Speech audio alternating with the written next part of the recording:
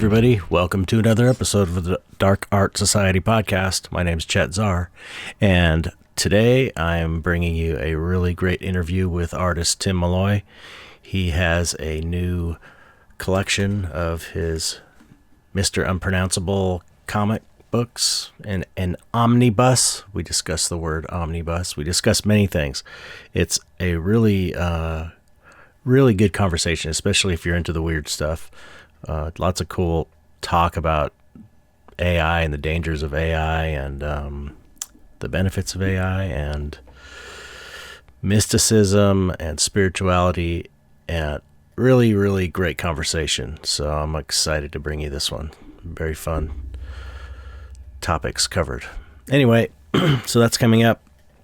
What's going on with me? Working on this painting here for a show I have, a group show at Arch Enemy Arts coming up, I think, in July.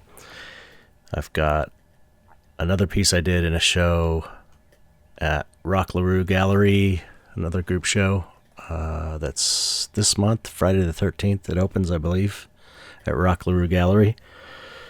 And so if you're in the area, you can check out one of my skullflower paintings in person. And you got to see it in person. It's true with all paintings, especially. You got to see them in person. So that's all I'm doing. Commission work, the usual. Nothing too exciting. But if you want to support the podcast, just go to patreon.com/darkartsociety and join for as little as $1. And you support the show. And that's how we keep it running. If you want to support my work, you can go to patreon.com/chetzar, where I show everything I'm working on and time lapses and tutorials and all kinds of cool stuff. It's really where all the action is if you're a real fan of my work. If you want to join I should have said this when I was talking about the Dark Art Society Patreon, but if you want to join the Dark Art Society Patreon, you can join at a higher level, $5 and above, and you get 30% off. You get a 30% off discount code for Skull Shop, which is our sponsor here. There's a Skull Shop skull. Their skulls are amazing. SKULLSHOPPE.com. And they're already reasonably priced. I honestly don't know how he prices them so affordably, because I know he makes them all himself. So anyway, you get 30% off if you join at the $5 and above level. What else is there? I guess that's it. Anyway, okay, let's get on with it. My interview with Tim Molloy. Hope you like it.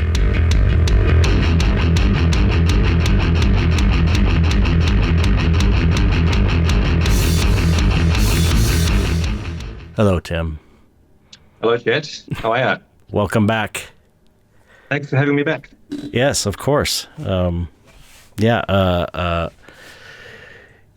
a new comic coming out, or an omnibus? What the hell's an omnibus?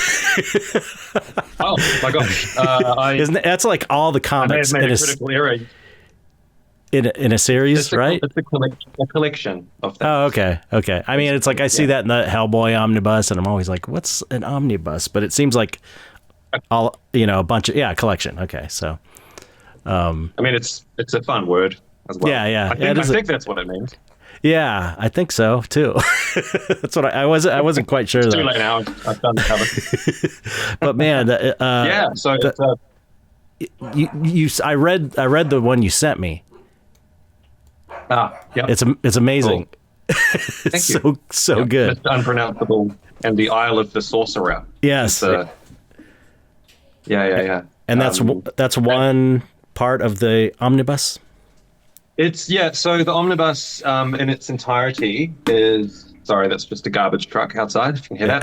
The omnibus in its entirety is basically 99% of the Mr. Unpronounceable comics that I've done since I was in my early 20s. Wow. So it's almost 25 years worth of comics. So crazy.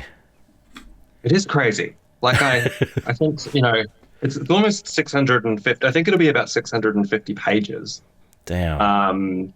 I mean, some would say I should have done a lot more with my time than that. But That's a lot. That's a lot of work. That's as long as I've been painting. 25 years. Yeah. It's a long time. Crazy. It's gone by quite quickly, I have to say. In hindsight, I mean, it seemed to take a long time on the way. You know how it always is. But yeah. So the one that I'd sent you last night, the Isle of the Sorcerer, is the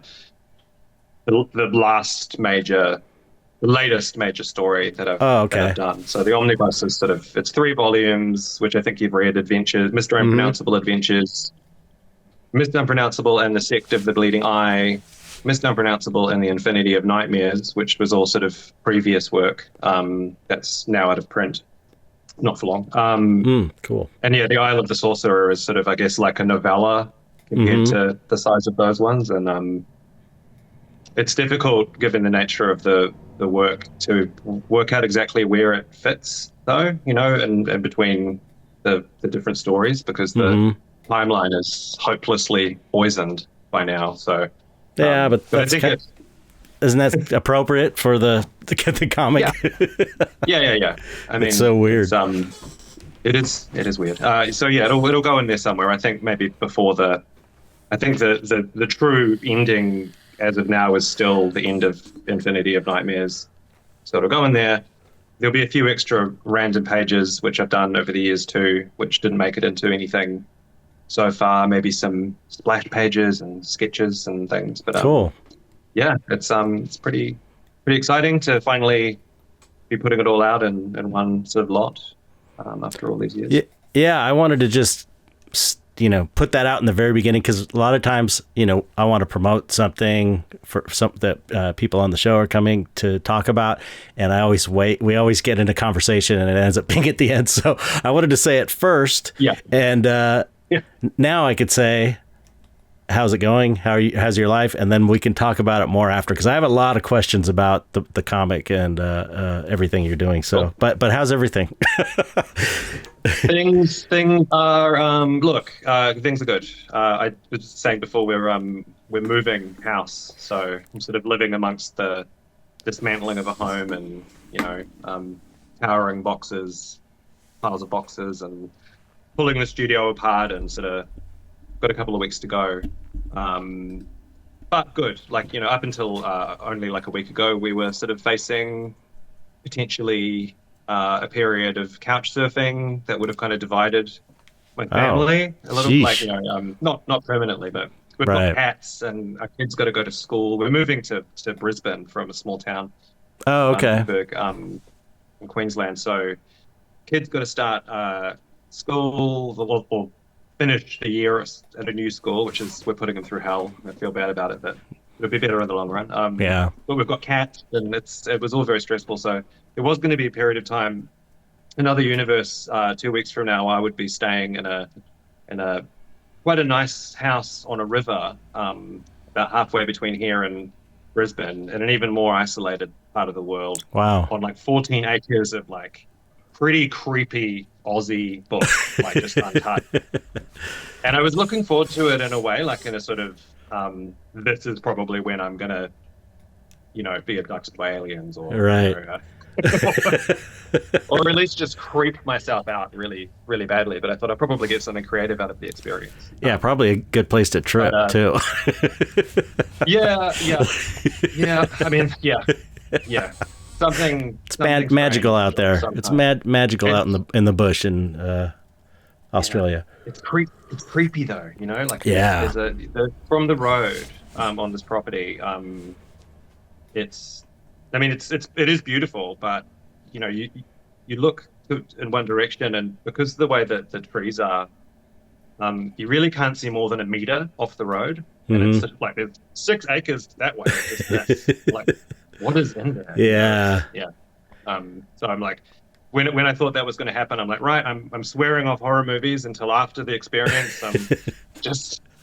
So I was already getting kind of creeped out, but that's not happening. We've got a place to go, so things are good. So you're going to a bit of a mind devouring thing, but so you're going to a bigger city than you are now, and yes, yeah. So that'll be nice, a nice change, I imagine. Yeah, it's been good being here. This little town, it's my wife's hometown. Oh, But we're like 5 hours drive from the state sort of capital, well, the state capital, the biggest city in the state. So we're moving to Brisbane. It's going to be good to get back into a sort of higher level of civilization, I guess. I don't know. We were there for a brief little stint recently just to sort of do some reconnaissance and, just going into a gallery and just turning a corner and seeing a Bruegel just hanging there. right. Kind of like normal city stuff that you kind of get used to, I guess. But Yeah. we've got a lovely art gallery here, but they haven't had any Bruegels. Yeah. Since I've Yeah. been here. Right. Yeah, I mean, like, everyone has myself included, has this fantasy of going out in the country and living quietly. It does sound amazing to me, but then there's it's like there's drawbacks to either one. You know what I mean? And so you give up. It might be nice to be in a quiet area, but you give up so many conveniences of a big city, or at least having one real close by. And 6 of one or half a dozen of another, or whatever the saying is. So you live. I mean,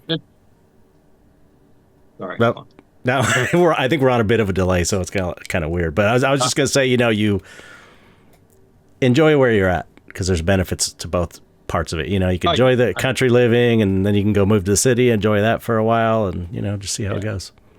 Yeah, it's been great here. We moved here right after the major COVID lockdowns ended in Melbourne, which is where we were. And we had a pretty rough time of it there in terms of the severity and length of it all, and it all kind of happened when my kid was like 7.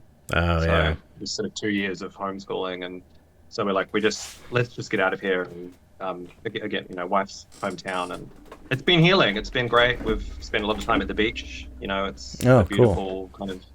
We're sort of so far off the beaten path here that we're a regional centre, but there's not a huge amount of tourism, and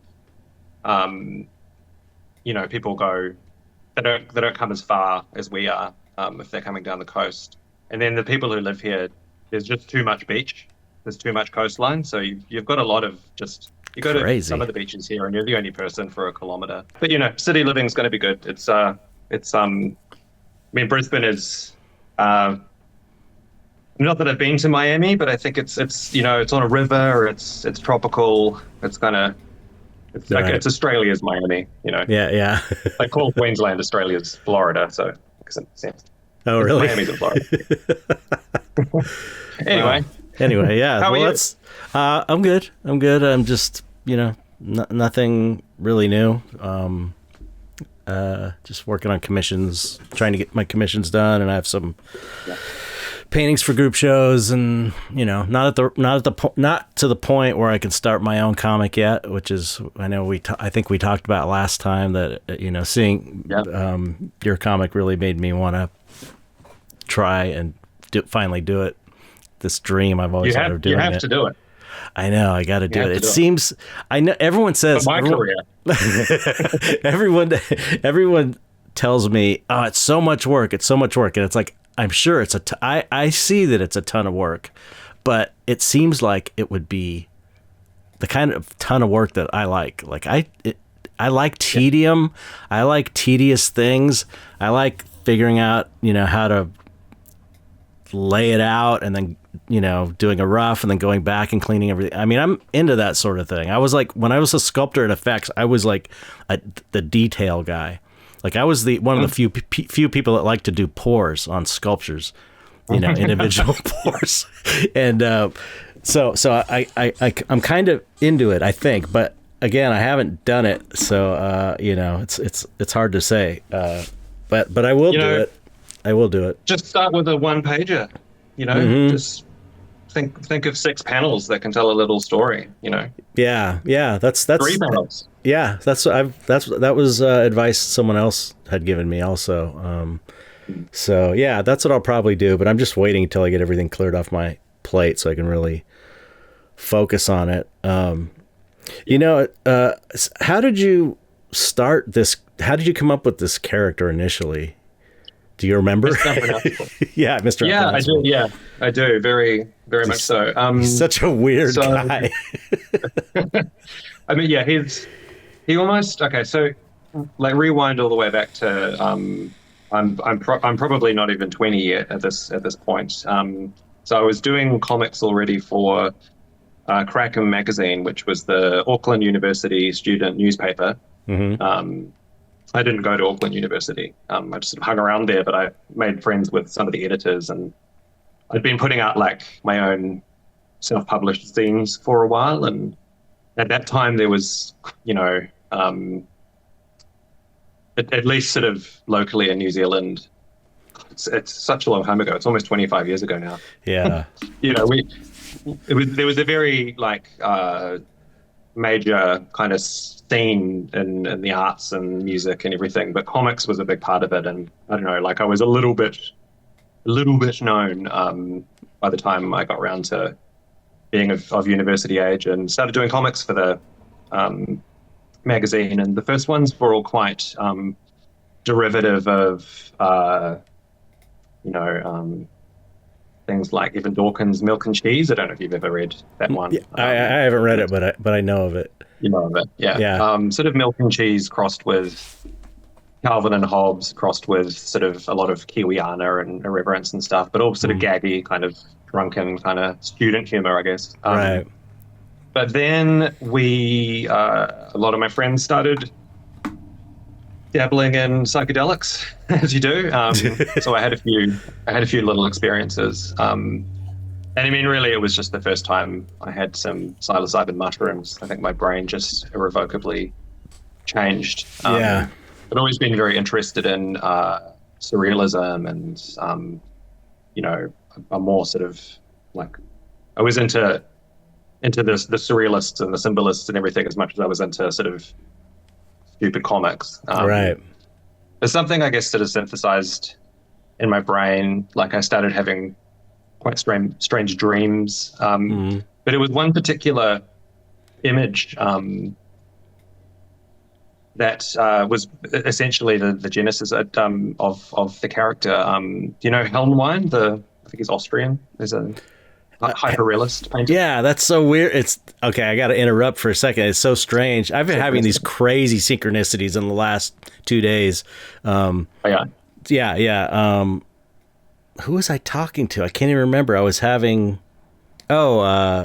Stephen Russell Black. I was having dinner with him because he's in town for Monsterpalooza. Cool. And he brought him up. And now you brought him up. So anyway, I mean, when it's more than one thing, and then there was another thing where this thing I posted on my Instagram, you could look at. Someone posted my how the 5 is my number. Do you know that? Like it's a super significant number for me. Someone posted some meme account posted a picture of a guy's curly hair and it looks like a 5. And it says, I woke up and there was a 5 in my hair, and the account is called Meme Czar.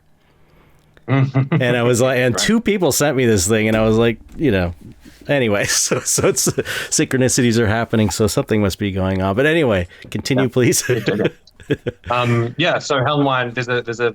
I had one of those passion kind of postcard books. And he's amazing. Oh, yeah. Yeah. I know him from the Scorpions album cover with the forks in the eyes. I don't know if you've ever seen that one. That was my introduction. It was like, this is badass. I want to paint like that. Yeah. No, a big influence on me for sure. This one picture of his is relatively kind of tame compared to a lot of that stuff. I think it's called the Free Spirit, as far as I can recall, and it's basically a guy in glasses and a suit, and he's holding like a sort of, a bunch of files, and there's this. He's just looking at it's just a straight portrait, and he's just sort of staring at the viewer. But there was just something so like repressed about this image. I just sort of started thinking about like, this guy looks like he's about to explode. And of course if it wasn't called the Free Spirit, I probably wouldn't have thought that. The type of right. things. to do that sort of thing. But I just, I was already sort of drawing. By that point, I'd already just immediately switched from doing stupid gag cartoons, and I was doing like this series of like dream vignettes that were sort of bleeding into each other, and Right. there were other sort of weird characters that sort of started developing. My whole sort of inner world that I have said everything in since really just sort of arose out of this kind of 6 month period. But yeah, I just drew this comic about a guy who said, he starts off and he says, "Hello, my name is unpronounceable. I had it changed legally."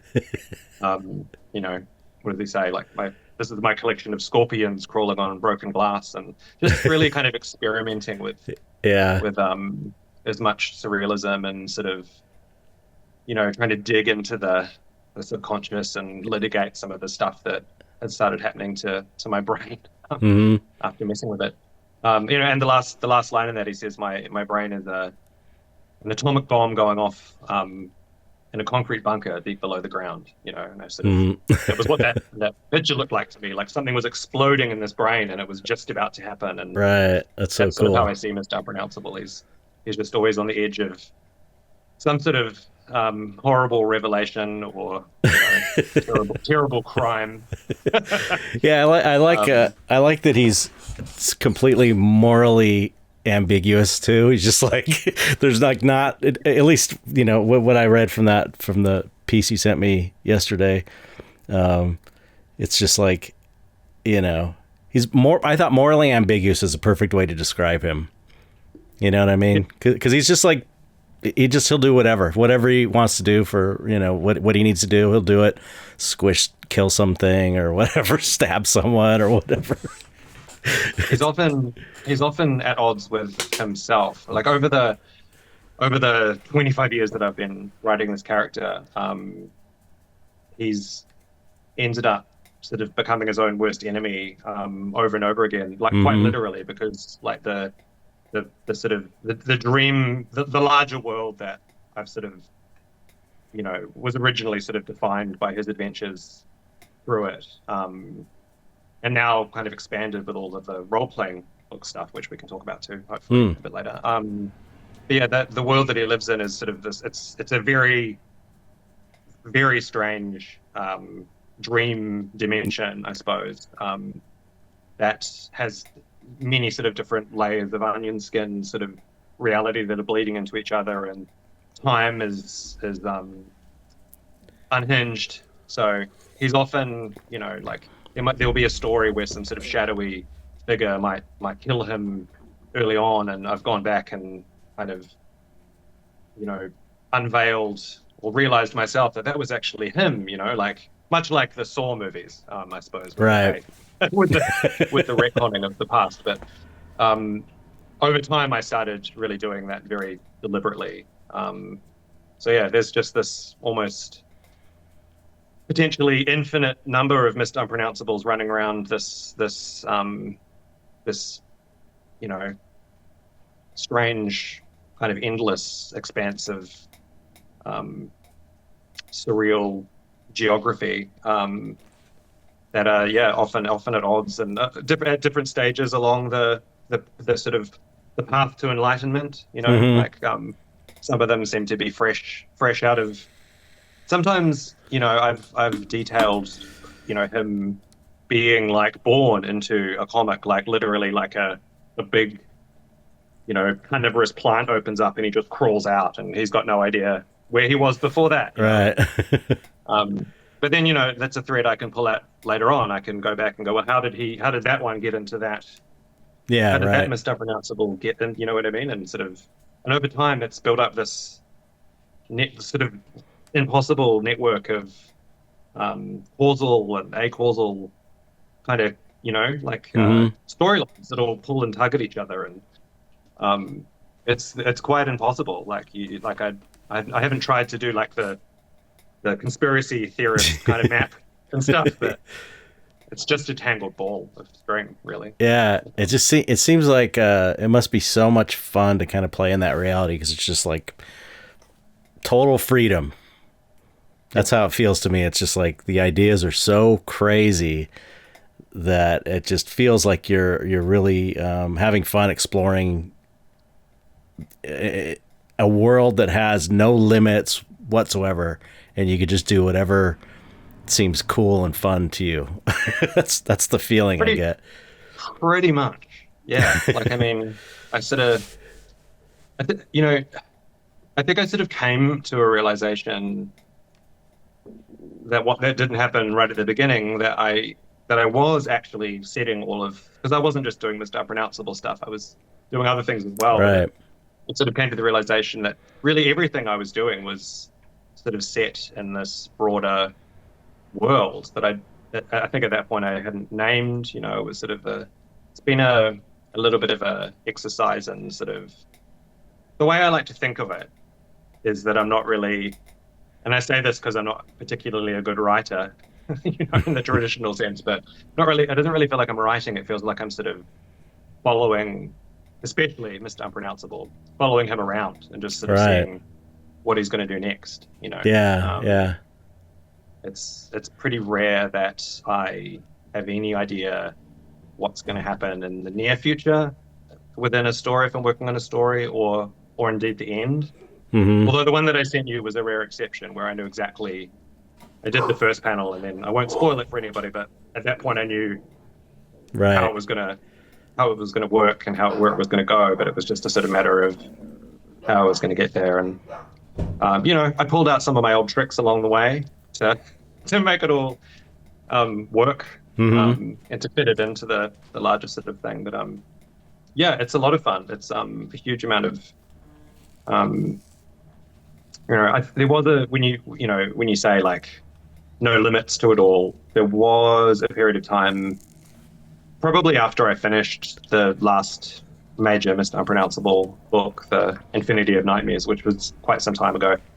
I sort of felt that I'd weirdly, and I suppose paradoxically, kind of hamstrung myself by having like a world that didn't have any limits. You know what I mean? Like it becomes harder to, I thought, at least at the time, like, how are you really creating, any sort of drama where there aren't really any repercussions, right? Or, you know what I mean? Like, totally. I thought the exact same thing when thinking through this dystopia thing. It's like, okay, because just like, okay, do these people ever die? And if they don't die, then what's the point of anything? And you start thinking of the repercussions of things. But I started reading it just because you sent it, and I was like, oh, I want to look at it real quick. Like, I had to go do something, and I ended up reading the whole thing because it was totally pulled me in.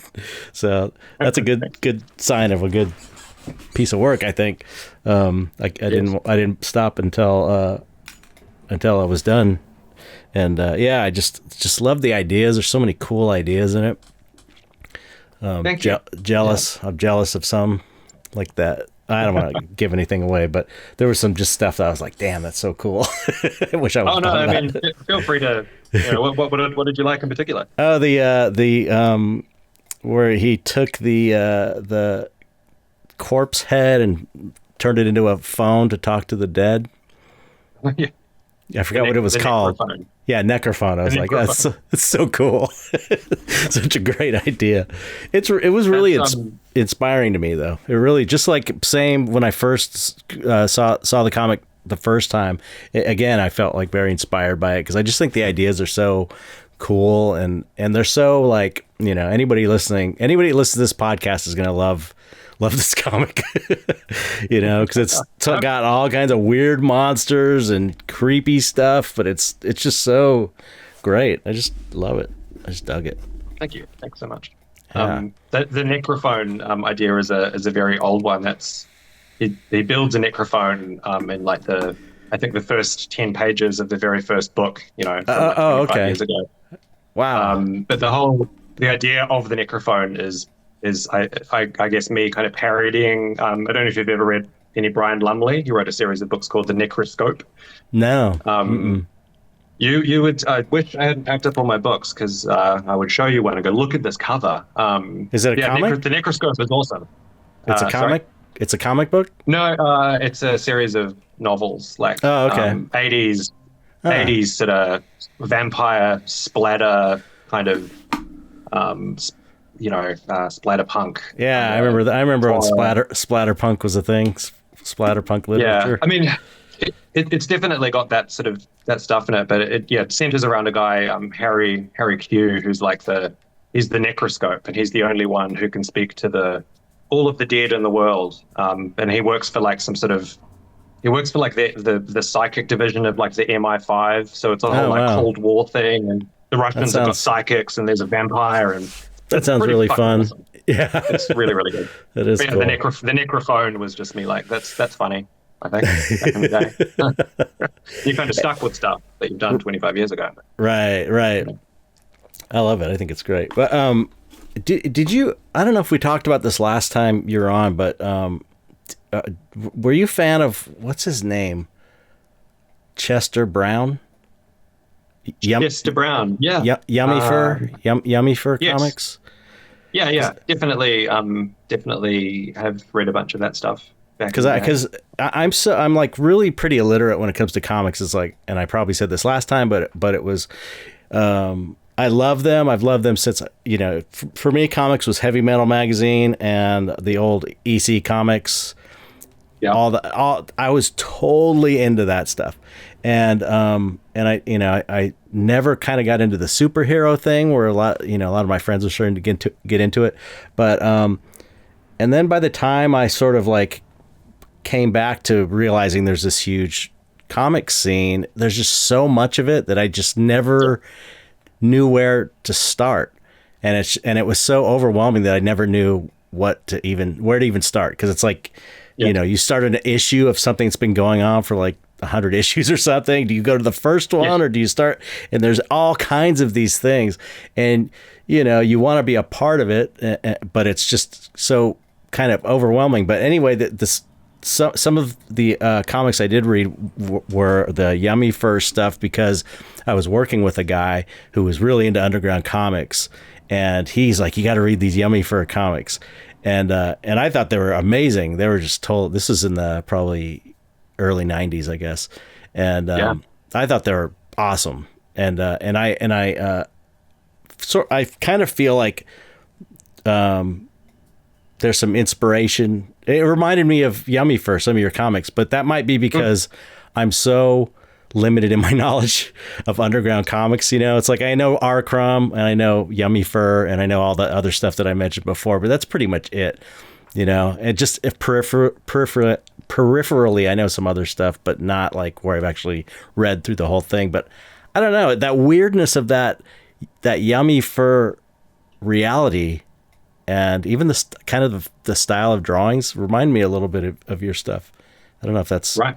a good or a bad thing, but check that. No, I mean, yeah, I would say that if you'd read any Charles Burns, you'd be saying that my stuff is a lot more. Oh, okay. Charles Burns, you should read some Charles Burns. Yeah, see, that's the thing. It's like, I've never read any Charles Burns, but I have watched videos about Charles Burns comics, people talking about them, because it's like I am interested, and I watch a lot of YouTube videos about these things because I still feel like I don't know where to even start with all this stuff and what's the best stuff. But I guess it'd be asking someone like you where to start, Well, I mean, like I know what I like. I'm not incredibly well read either. Maybe a bit better than you in this sort of stuff, but yeah, I don't know. Like Charles Burns was a big influence, especially on the early Mr. Unpronounceable stuff. Mobius. I mean, you know who Mobius is. I love Mobius. Was amazing. Yeah, I definitely see a Mobius influence for sure in your work in a good way. I love that. I had to when I was just starting off and doing comics, I was like 16 or 17 and I was still in high school and so cool. Putting out like photocopied zines and things and leaving them at record stores, and we used to post stuff up in bus stops. We didn't really have the internet. Like we had to just rely on people walking past. I remember. And there was a really great scene full of people who were older than me who'd been doing indie comics in New Zealand, and a lot of those people introduced me to some cool stuff. And I remember very clearly somebody handing me. I was already into like 2000 AD, and like All right. you're in heavy metal, and I'd seen all that, but hadn't seen any Mobius. And somebody handed me like a big collection. I was flipping through it, and I mean, as I recall, at the time, it almost felt like my brain just started downloading it. Mm-hmm. Like it was just so overwhelming. Yeah. And my brain was like, "This is exactly what I want to do." Yeah. Right. And I just closed it and I handed it back. I was like, "I'm not ready for this." Wow.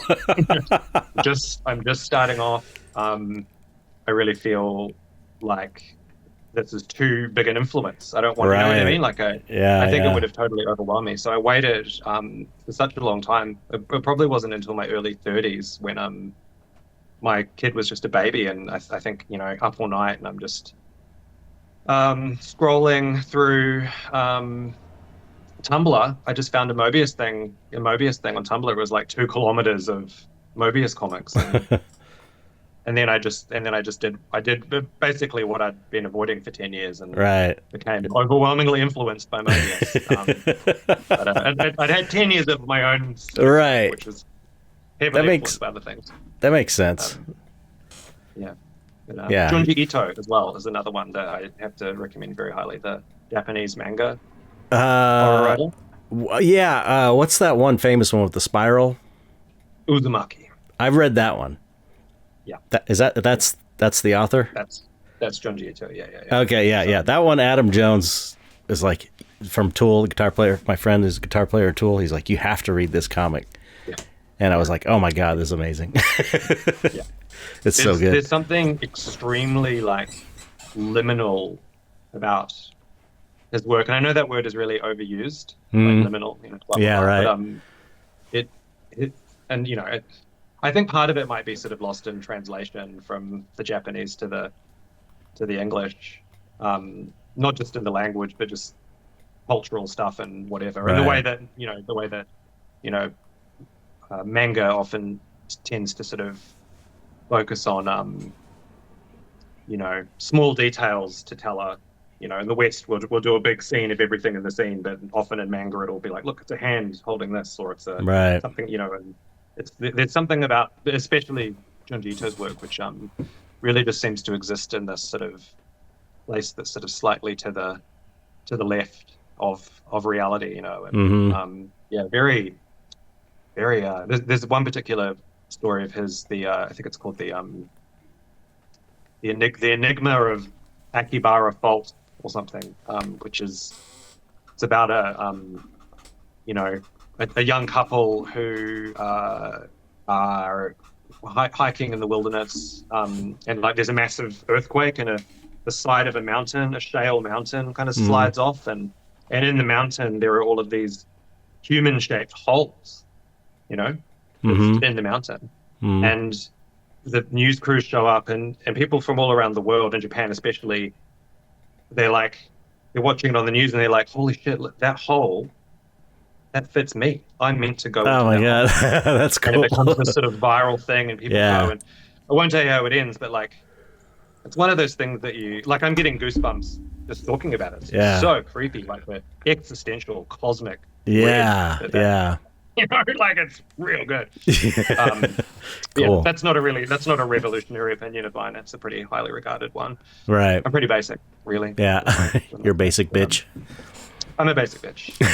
But, it's many influences over the years. Yeah.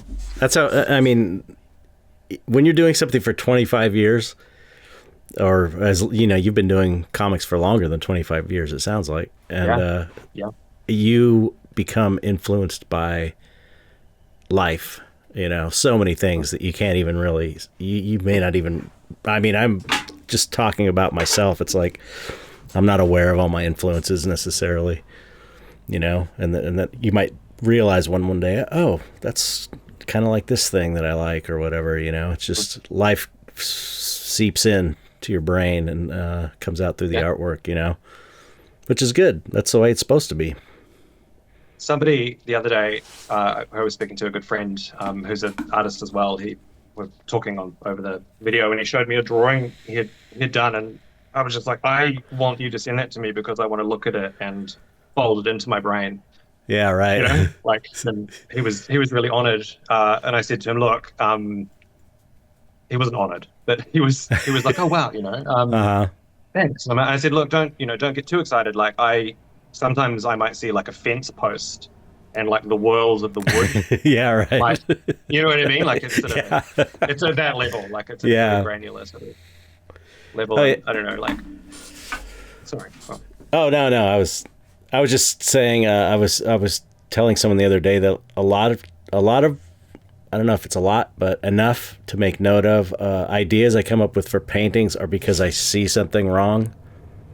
I'll see something and it looks like a face or something, and then, or it looks like a weird, creepy guy standing there, and it's like, oh, it's just a tree, blah, blah. I love that. It's called something, where you find patterns and things. Yes. It's like I don't, you know what I'm talking about. My brain wants to say onomatopoeia. It's something like that, but it's not that.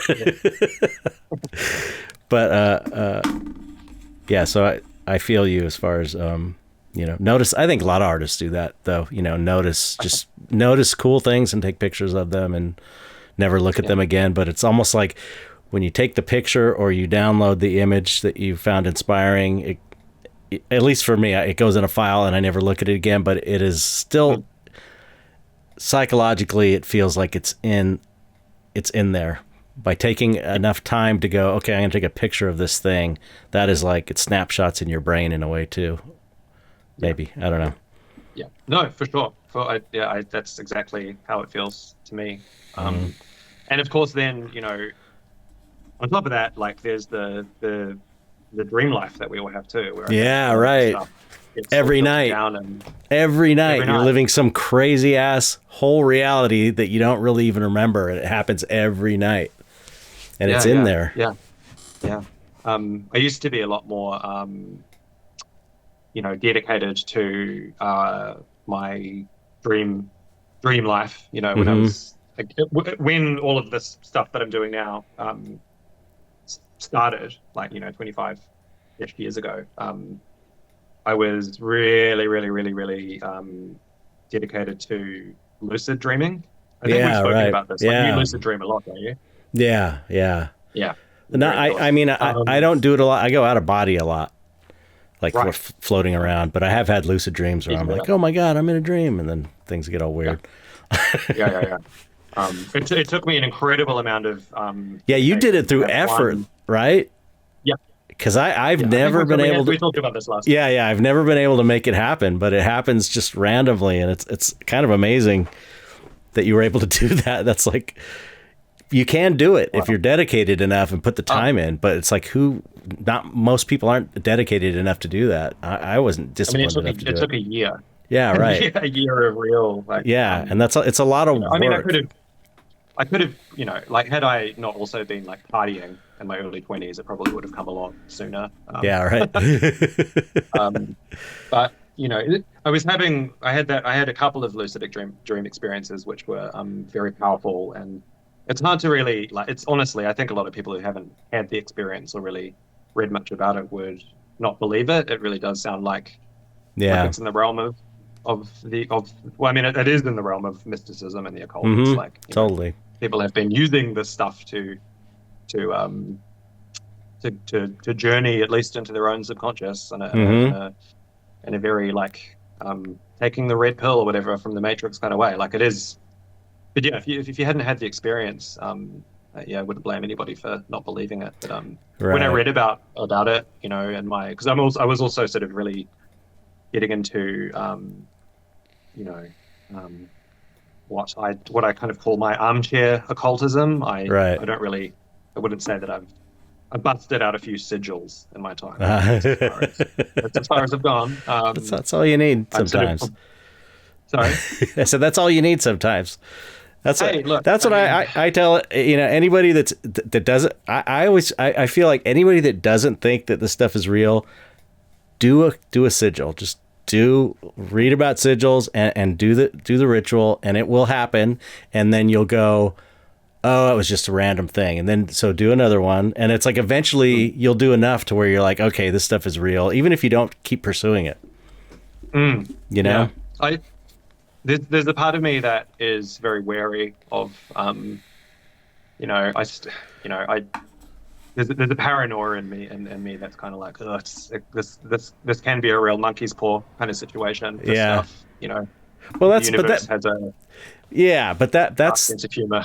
That's definitely. But that's the, if you really follow the occult path and learn magic, one of the things or a series of things you're supposed to do are like really get to know yourself psychologically and take time, and it's like therapy type stuff where you list all the things that are good about you and all the things that are bad about you, and you start really like thinking about it so that you get to know yourself.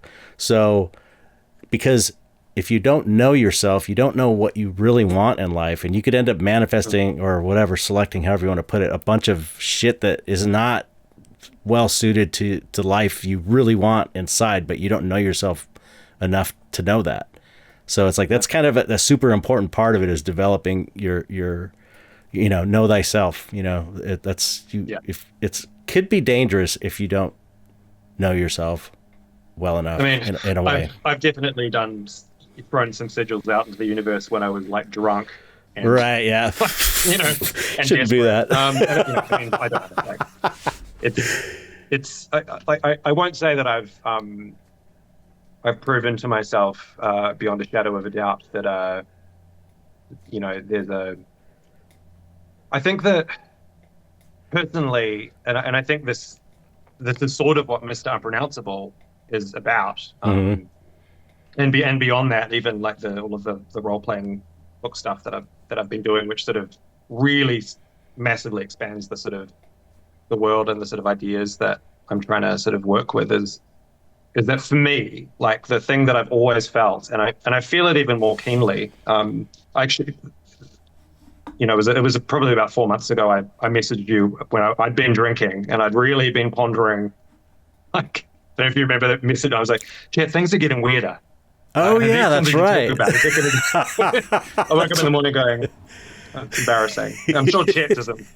Nah, I'm easy. I'm easy. But like, there's always been a real sense to me, that there's something just waiting behind the curtains. It's just about ready to step onto stage, and so like I used to be very Catholic. Maybe it's just that. Maybe it's just a remnant of that sort of that mystery that kind of you indoctrinate yourself into. And I think it's a very common human experience, like psychologically, to feel that sort of pre-apocalyptic, feeling. Something's coming just around the corner. But right.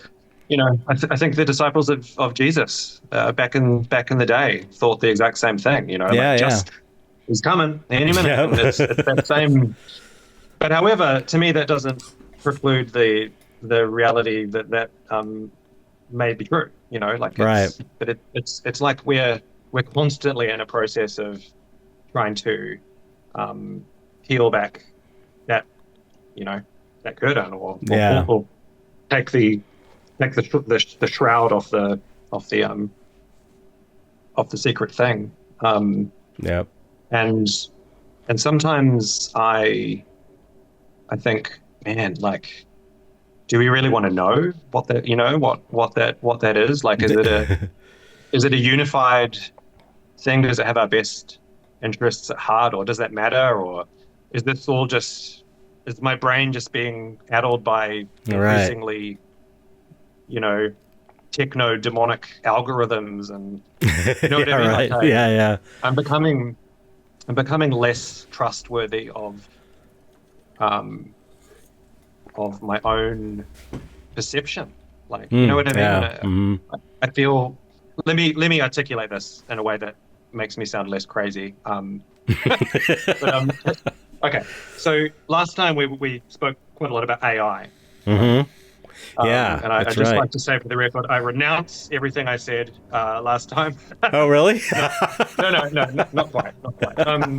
Yeah, I was going think, to ask you about that because you were doing some amazing stuff with AI. thank you. You know, I think my position last time was like, uh, everybody's very stressed out about, AI muscling its way into the creative fields, but Mm-hmm. nobody's concerned for the accountants or the Right. and the Mm-hmm. data entry. It's not sexy. Who cares? Like, Yeah, right. and my position was, I think that art and creativity is probably the most insulated industry, Right. Yeah, or at yeah. least one of them. Mm-hmm. However, the concerns that I have deepened gravely, Hmm. about about the other thing.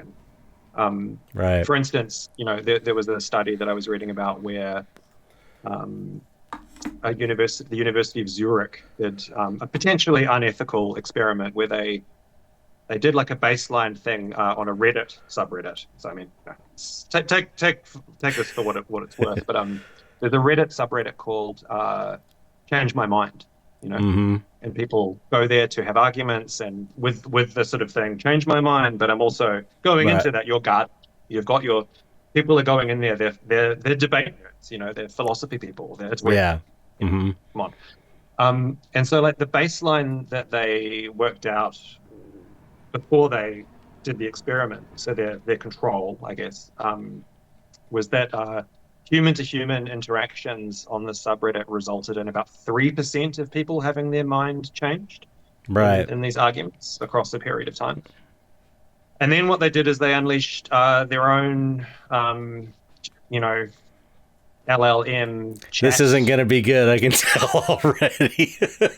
Well, so they unleashed the bots into the subreddit, and the AI that they let loose was also able to go back into, because what the AI can do is it can go into your past posts in other subreddits. It can work out a lot about you. You're right. It's got way more resources at its disposal. It's also not emotional, right? So Right. Yeah. Yeah. it's never going to be It's like a sociopath, kind of. Exactly. Yeah. A very, very, very, very manipulative And genius it's, sociopath. yes. Yeah. Exactly. that's not disconcerting at all. No. And it can also know everything that it can possibly know about you, Right. based on your. I think even beyond your internet history. I think it could go, okay, well they've posted this, and it can Right. Right. in an instant or whatever. Yeah. Yeah. You tell me, what do you reckon? So 3% is the baseline. What do you reckon the efficiency of the AI was? It's changing a human being's mind. Yeah. Yeah. I don't even want to guess. I don't even want to guess because I've always felt like all this arguing online never changes anybody's minds. That's why I stopped doing it. Because it's pointless. It's a waste of time, and it's just making these social media companies richer and making us hate each other. I don't know. 10%, 20%, 97%. Oh my god, that's what I was afraid you were going to say. Look, that is, I mean, scary. Yeah, that is it's scary. And look, I don't know. I do. I imagine if you were to unpack the study, you'd go, oh well, it's flawed in this way, and this way, and this way. But I think it really points to something that is very real, and that is very dangerous. I mean, before all of this stuff came along, we were flailing around at each other. Mm-hmm. Again, not changing each other's minds, just doing it out of a sense of sort of control or a lack of control or a frustration or a genuine, of course, like genuine, deeply held beliefs that you're trying to advocate for, which is fantastic, of course. Like we shouldn't stop believing in things that we believe in, that we've worked out. But if we're living in a world where we can be that easily manipulated by technology, it really, it's like trust no one, right? Not even yourself. Yeah, right. And I think that we're all like really deeply unprepared for not even what's coming next, but what's here now. Yeah. What's already been, it's the getting crazy up there. Yeah, and the funniest thing, I was just talking to this today with someone actually this morning, is that the solution is so easy, which is to get off of the internet. Yeah. You know, Yeah. that's the and but it's still going to affect jobs, and it's going to come into your life in other ways too. But as far as like the direct manipulation, but then again, maybe that's not true, because it's manipulating other people, and then you're dealing with them in real life, and then that's affecting you. So maybe there's no way out of it. I mean, but it seems like you know, if you, because that's kind of what I did, you know, is I just like stopped. I just got off social media, and it just naturally kind of happened. Twitter got so horrendous that it's like I ended up going to Twitter because I was doing the NFT thing for a while, and then that thing totally disappointed me, and I was, you know, just crashed, and I really kind of I'm kind of renouncing that now. As much as I still think the basic concept I get, and I think it's kind of cool with online art and a way for digital artists to sell artwork, blah blah blah. But there was just so many horrible people and criminals and assholes. Some of the biggest assholes I've ever met were in the NFT and the crypto space. But so I was like, I ended up going on Twitter during COVID, because that's where all the NFT action was. But it wasn't like horrible yet, at least for me. And so I kind of got used to that, and there was less pressure. I had less followers on there, so there was less expectations of me. I was just kind of like, you know, behind the scenes, looking through stories and stuff like that. And then Twitter became like a Nazi hellhole, and so I was like, I got to get out of here. So I got off of there, and I never went back to the other ones really. Yeah. And it's like, oh, this is great. This is great. I feel I just go on to, you know, promote stuff, and I just go on a lot less. I'm not on like, you know, I used to be, which is all the time, like everybody is, you know. Yeah. But that's kind of what it takes to at least, you know, not be connected to that chaos and craziness, and not get swept up in all of that, because people are just like swept up in the shit that's going on online, and not in control of themselves, it seems like. Yeah, it's constant, unrelenting manipulation. Yeah, and arguing, it's bad enough when it's just humans promoting propaganda from whatever. But this is the problem now. It's like, you know, I don't know. I mean, there are some people who sort of suggest that like 50% of online discourse half of it is yeah, you know. I've read that. Yeah. It's terrifying. Yeah. Just think the idea that if half the people online that you're arguing with are bots, think of all the time you spent getting angry and trying to convince someone of this thing, or it's enough to drive you crazy, that alone. Realizing you spent a bunch of time talking to something that's not real, talking to yourself essentially, and getting mad. It's the true Black Mirror. Yeah, absolutely. We all thought it was the phone screens, you know, right?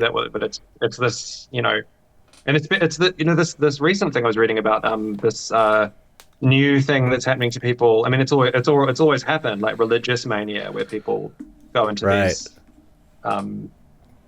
psychosis, which has an element of, you know, I'm the Messiah, or God's talking to me, or the devil, or whatever. But that's all. People who are prone to that anyway are being like supercharged by getting stuck in conversations with Chet GPT or other things. Yeah, you can go down a road with those things, and with those chatbots. They really, all they want to do is keep you.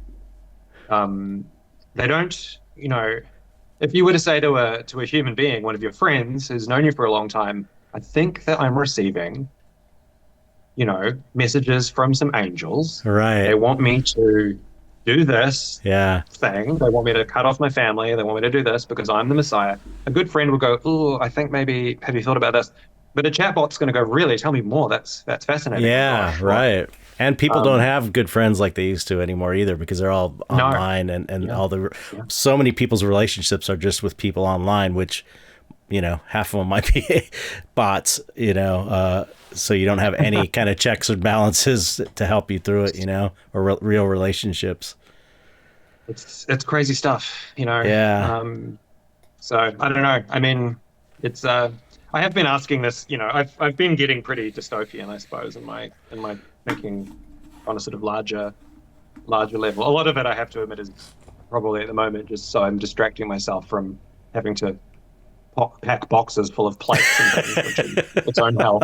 But I've been talking about this with a lot of people, and the question I pose to people is like, well, if you could swap living now, this experience that you're having, I mean, obviously, billions of people around the planet would in an instant would just take a lottery ticket to who knows where I'll end up. But if you could swap now for any other point in time, whether it's the 80s or Right.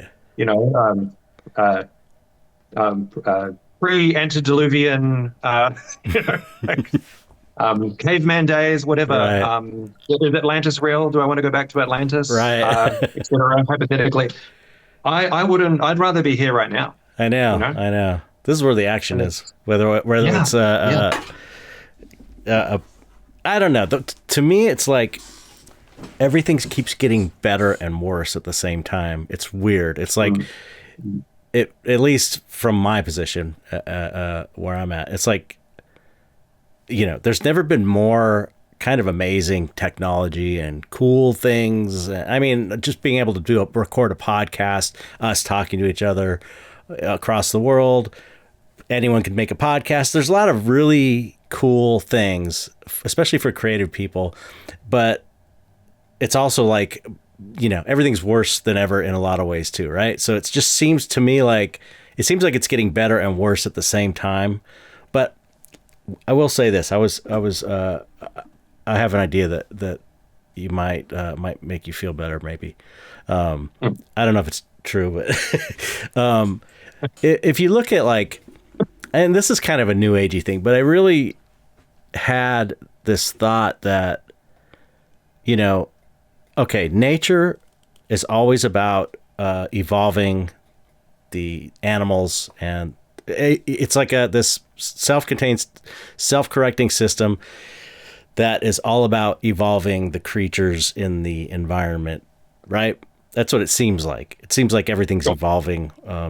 And to think that, we have this idea that like technology and computers and AI and all this stuff is outside of nature, because we're making it ourselves, but it's not really. It's like, if we are a part of nature and part of this enclosed system, then so is all the technology and the AI and stuff.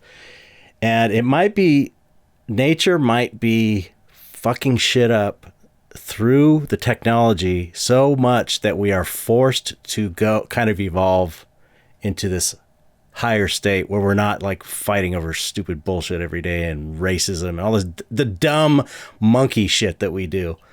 You know what I mean? So that's my positive outlook. Maybe because it's like, I just can't see how you can, nothing exists outside of reality. It's all the same. It's I want to say God, because I don't have a word issue with that word, like a lot of people do, a lot of atheists and stuff. But it's almost like, if God is this ultimate thing, then there's nothing outside of it. You can't have God being the supreme being and anything outside of it. So to think that some part of us is outside of that system somehow, and it's going to destroy us and destroy everything, just seems like, the universe always knows, or nature always knows what it's doing all the time. And it's always like correcting things when they get out of whack. Always, and it's like painful. Yeah. And it means a lot of people die sometimes, or a lot of animals get destroyed, or fires burn when too many trees, it's part of the whole process. So, I mean, look, sun's going supernova, in the distant reaches of space and time,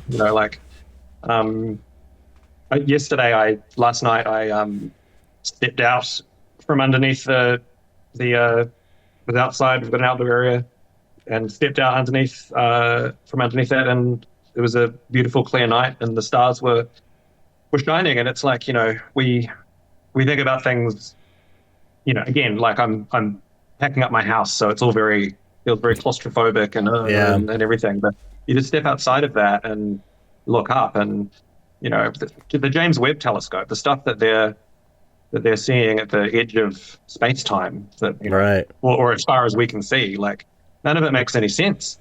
Right. You read about any of this stuff, like these universes that are there at the beginning of time that are way too old? Like No.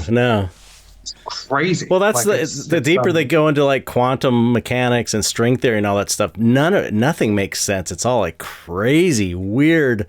It doesn't apply to what we know about reality, and it's like, clearly reality is way weirder than we know, in every way. And I mean, the occult or the paranormal or art, or if you look at it from a certain angle, or whatever you're doing to sort of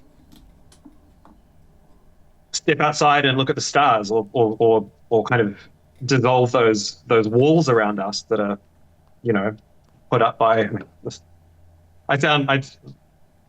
It's fitting that I'm talking about something that I started writing 25 years ago, because I sound like a 20-year-old talking about this stuff. But I mean, it's all I know is that something weird is going on, and I think that we run the risk of putting up new walls once we start to put a narrative onto it and go, oh well, this is happening because of this or that, or God, or super machine consciousness from the future influencing them. We're all science fiction writers in our own heads.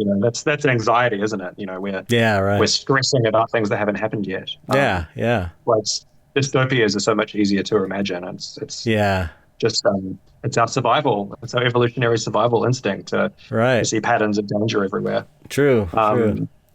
And so it's very easy to get lost in that.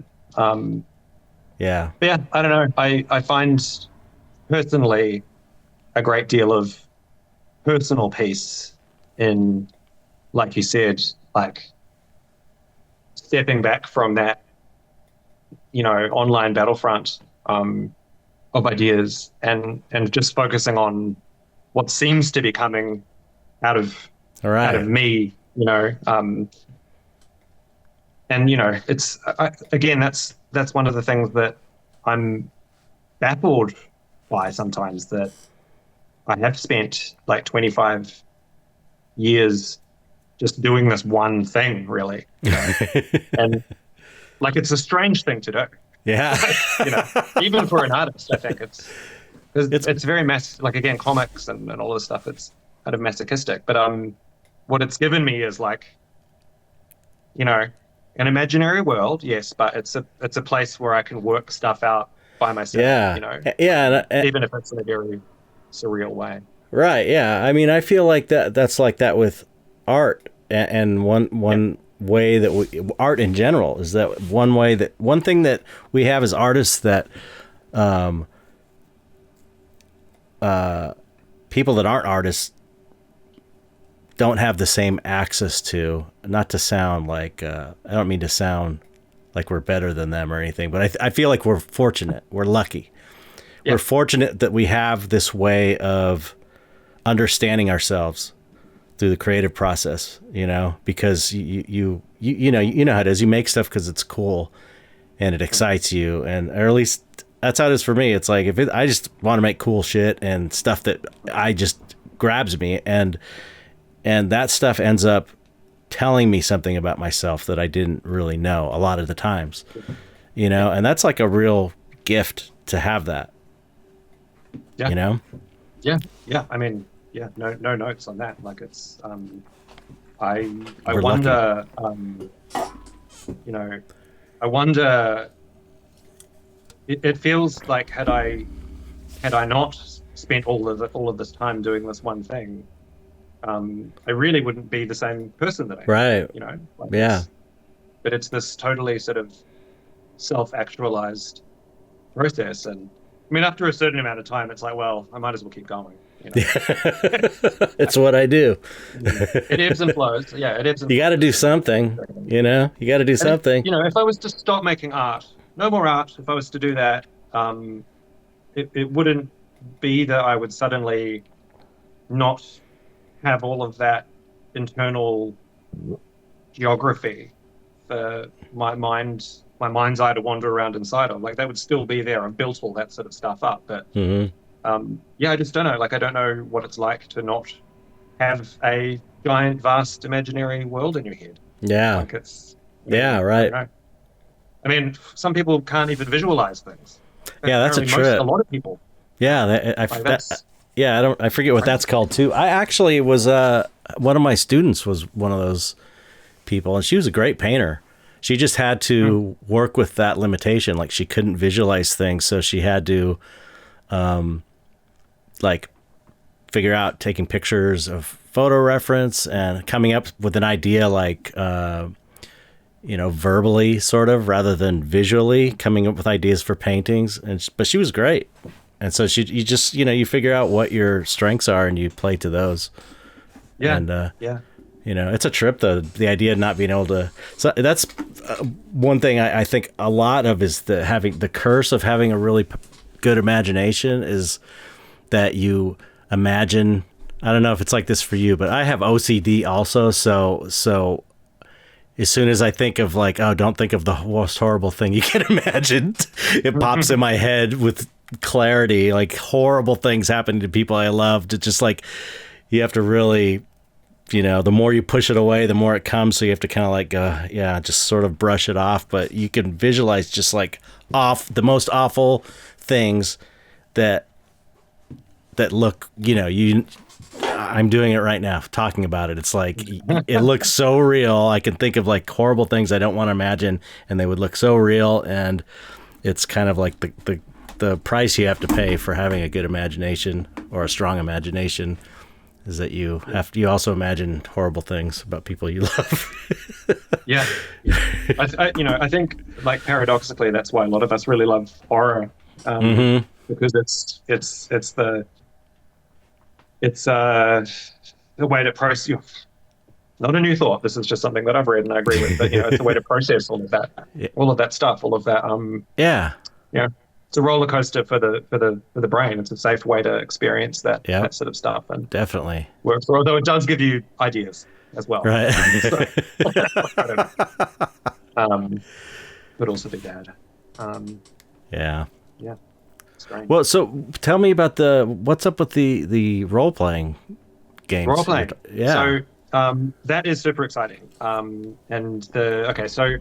this is connected. It's connected to. All connected, man. Okay. All connected.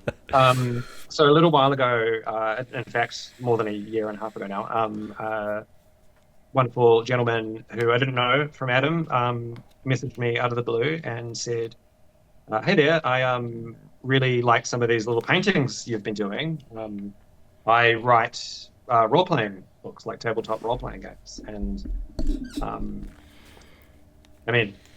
this was definitely something that came at me in a very synchronistic kind of way. Like, I was one of my major goals just preceding this was I want to do more role-playing stuff. I'd love to, because I've done a few little things for other people's books, some illustrations and some covers here and there. And I used to play tabletop role-playing games when I was a teenager. Yeah, me too. And it's just, it's fun. It's generally fun stuff. It's like it's monsters and ruins and whatever. So this guy approaches me and he says, I think I can string together like a story or a sort of world out of this stuff. And I was like, I just immediately sent him 600 pages of Mr. Moted. And then large sort of documents that I'd done about, like world building stuff. And, I'd already started to do that. He was like, okay, right, well, we can definitely do something if you'd like to. And I just sort of, he sent me like a test page with a painting, and I was like, this is fun, this is great, let's see where this goes. and we decided that we were going to write a book, which ended up being called The Painted Wastelands. Hmm. Again, I wish I hadn't packed everything up. I could have held it up. It's a beautiful.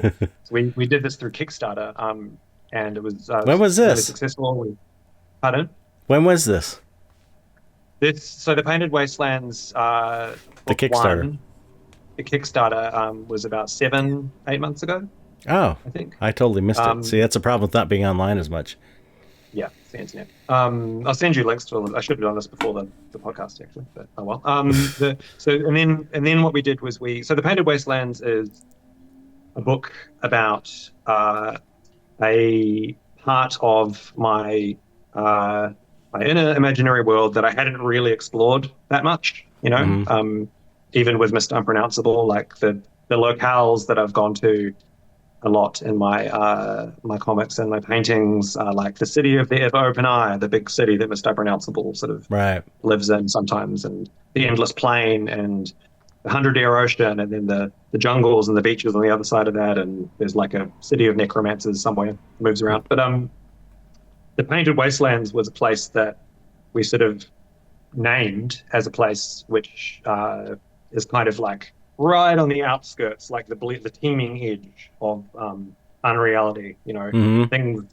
The whole environment is a strange and nightmarish and weird place anyway. But this place is sort of right on the edge, and the book itself, Painted Wasteland. It's a basically a sort of sandbox set in this sort of series of deserts and valleys and oases and mountains and things, and there's like an overarching set of narratives that players can, you know, uh, engage with. There's all kinds of characters and blah blah blah blah.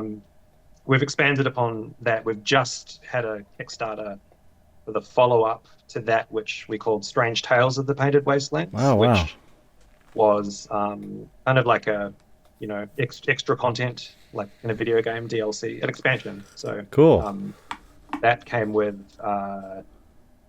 like a whole bunch of deeper stuff to do with character classes. I mean, essentially this is all based on like old school Essentials Dungeons and Dragons Yeah, right. rules. Hmm.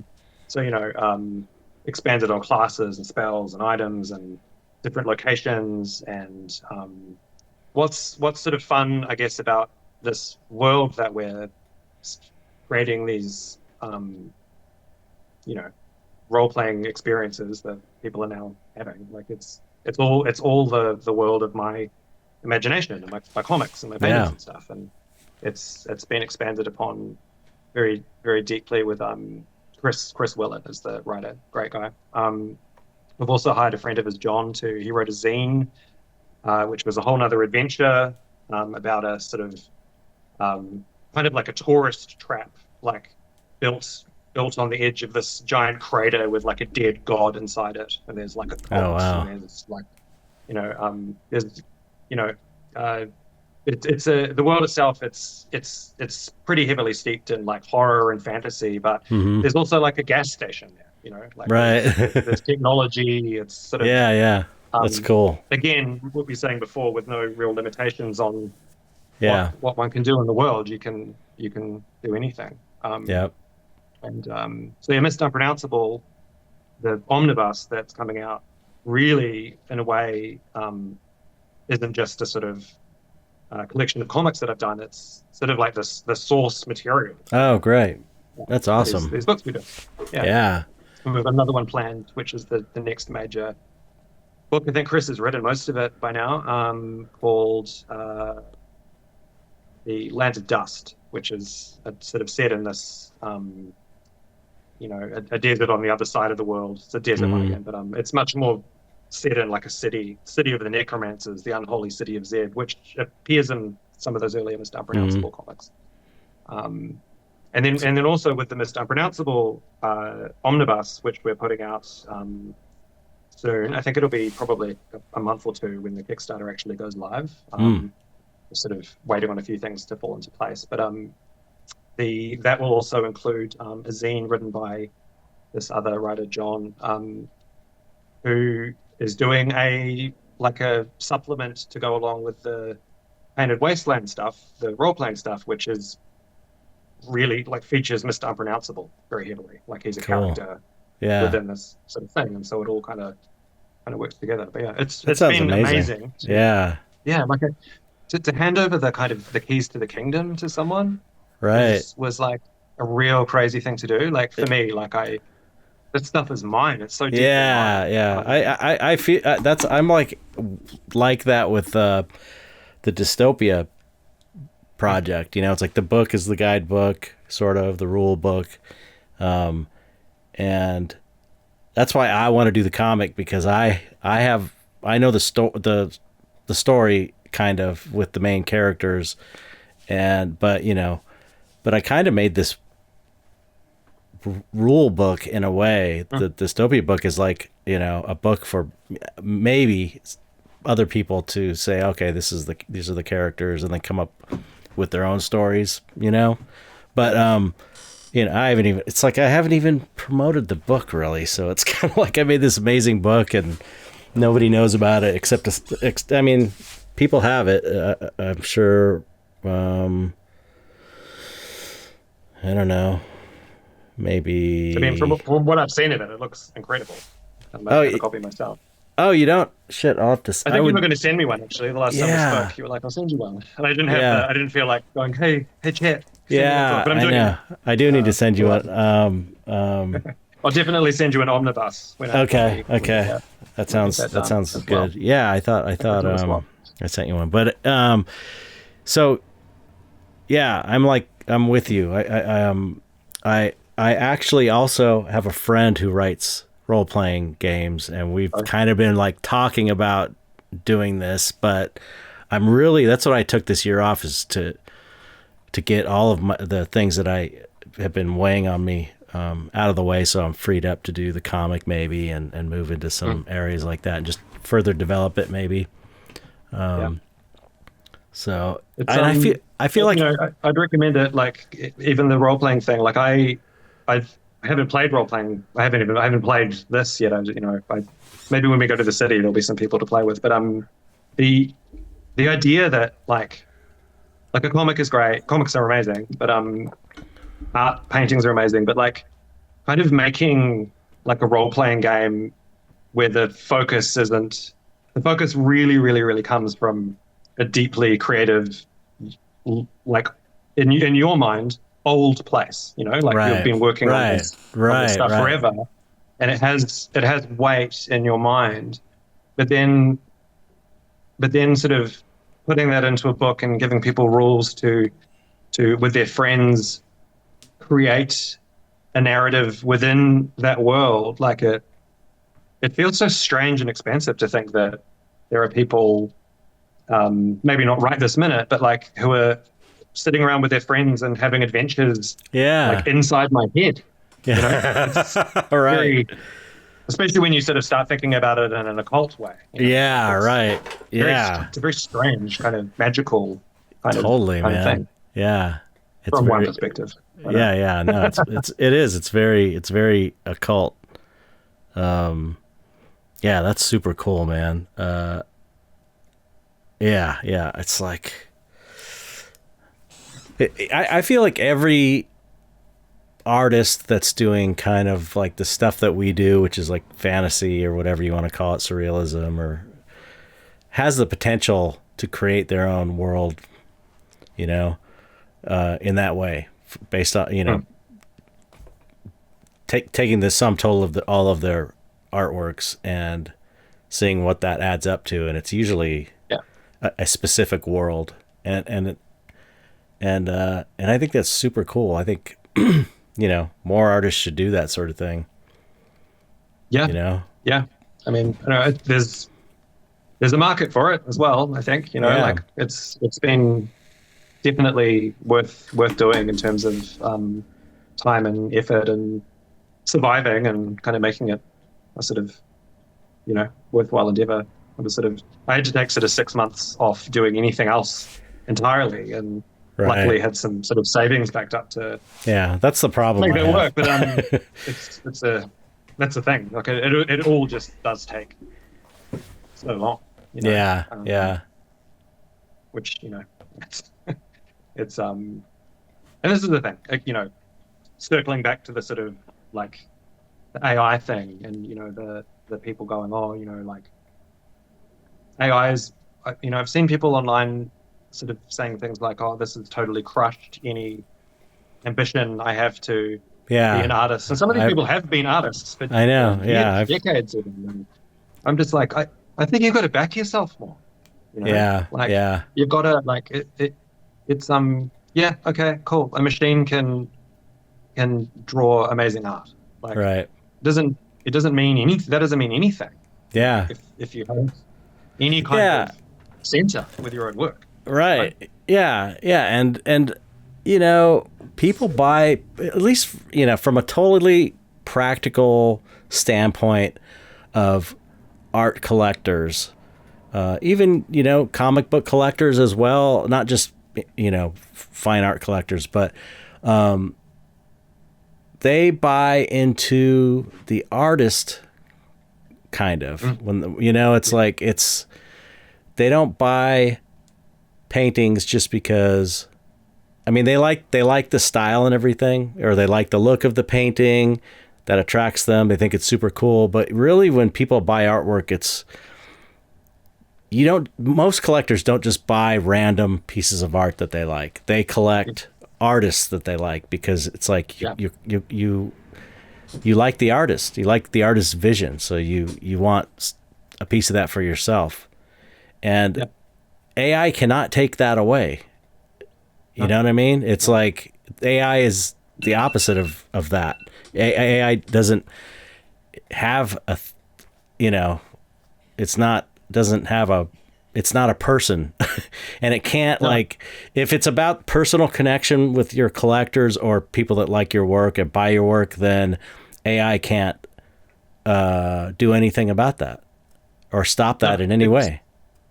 It's not fulfilling in of itself. Like no collector. I'm sorry to interrupt, but no collector who would buy my work would, if there was an AI that did amazing Chet Zar paintings, no collector that I know would want one of those instead of an original that I painted. It just wouldn't happen. Yeah. No matter how good they were. It's obviously. One of the problems is sort of an unending torrent of AI slop pouring into the internet. It's the same problem as the chatbots and stuff.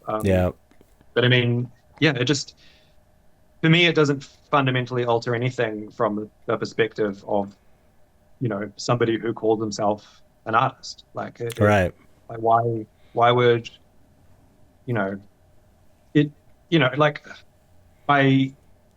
I recently posted a bunch of pretty weird shit that I made on Midjourney on my Instagram stories.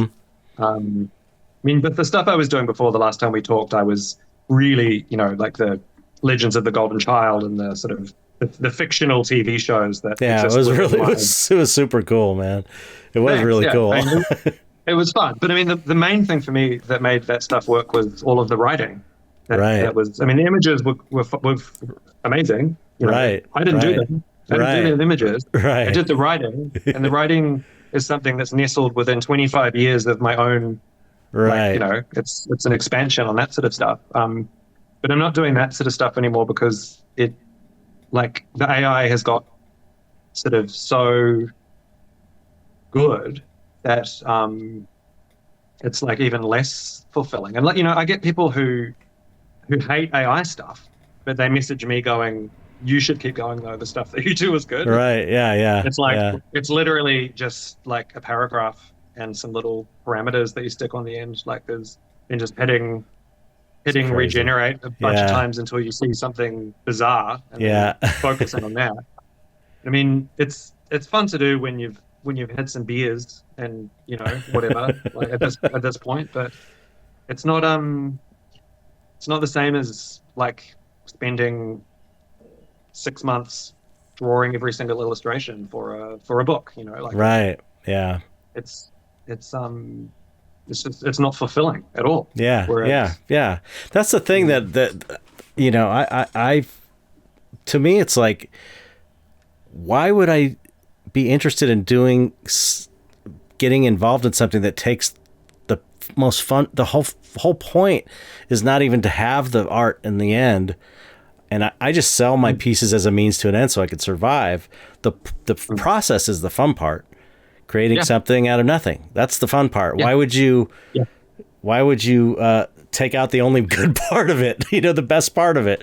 It just doesn't make any sense to me. I don't know. Yeah. So I mean, look, it's definitely going to, and has already, and will continue to disrupt many things, whether it's in the art world or not, which is bad. I mean, it's not great. I think a lot of entry level positions, a lot of concept art sort of stuff, so many fields are going to be so heavily impacted by this. Yeah. I mean, people are already on the face of it, it's terrible. It's not on the face of it, it's terrible. But I mean, it's something that is happening in the world.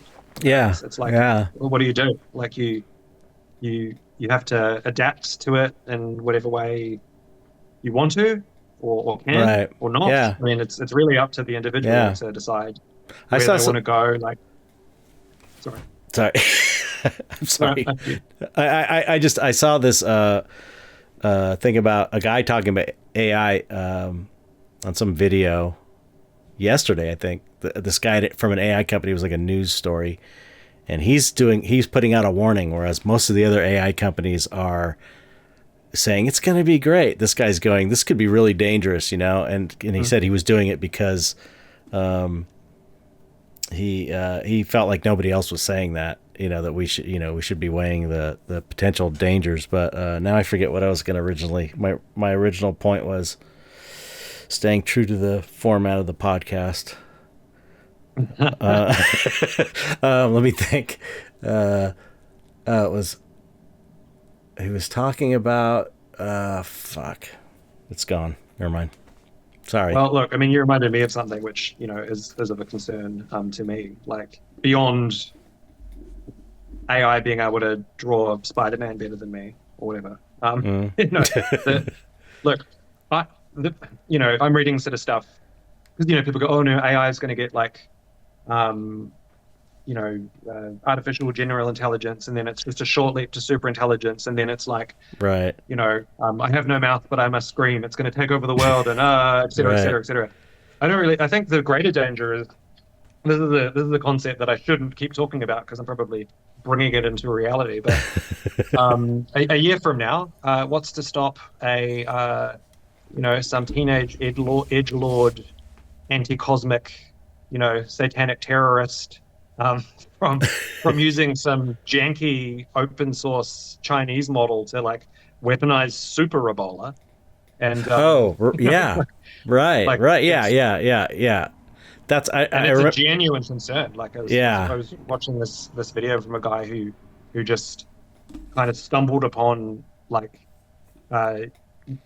using it to AI was able to very rapidly do the baseline sort of genetic coding to create all of these super weapons and super oh my god, yeah, it's crazy. Just a guy can do that, I remembered what I was going to say. You reminded me when you said China. Okay. This guy was saying that they feel like, the AI companies feel like, you know what? I could stop, because of the dangers, I could stop my AI company, and everyone in the United States could stop theirs, but China's just going to do it. Yep. It's like there's no way out of it. There's no way out of it. No. So it's like you got to figure out, okay, this is the way it is.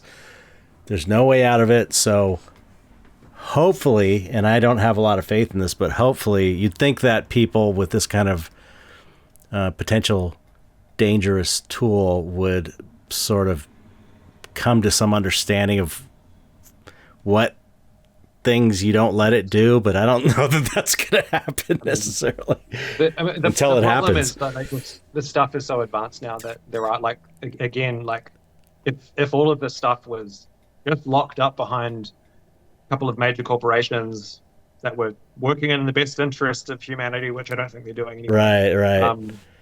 But there's all this open source stuff now.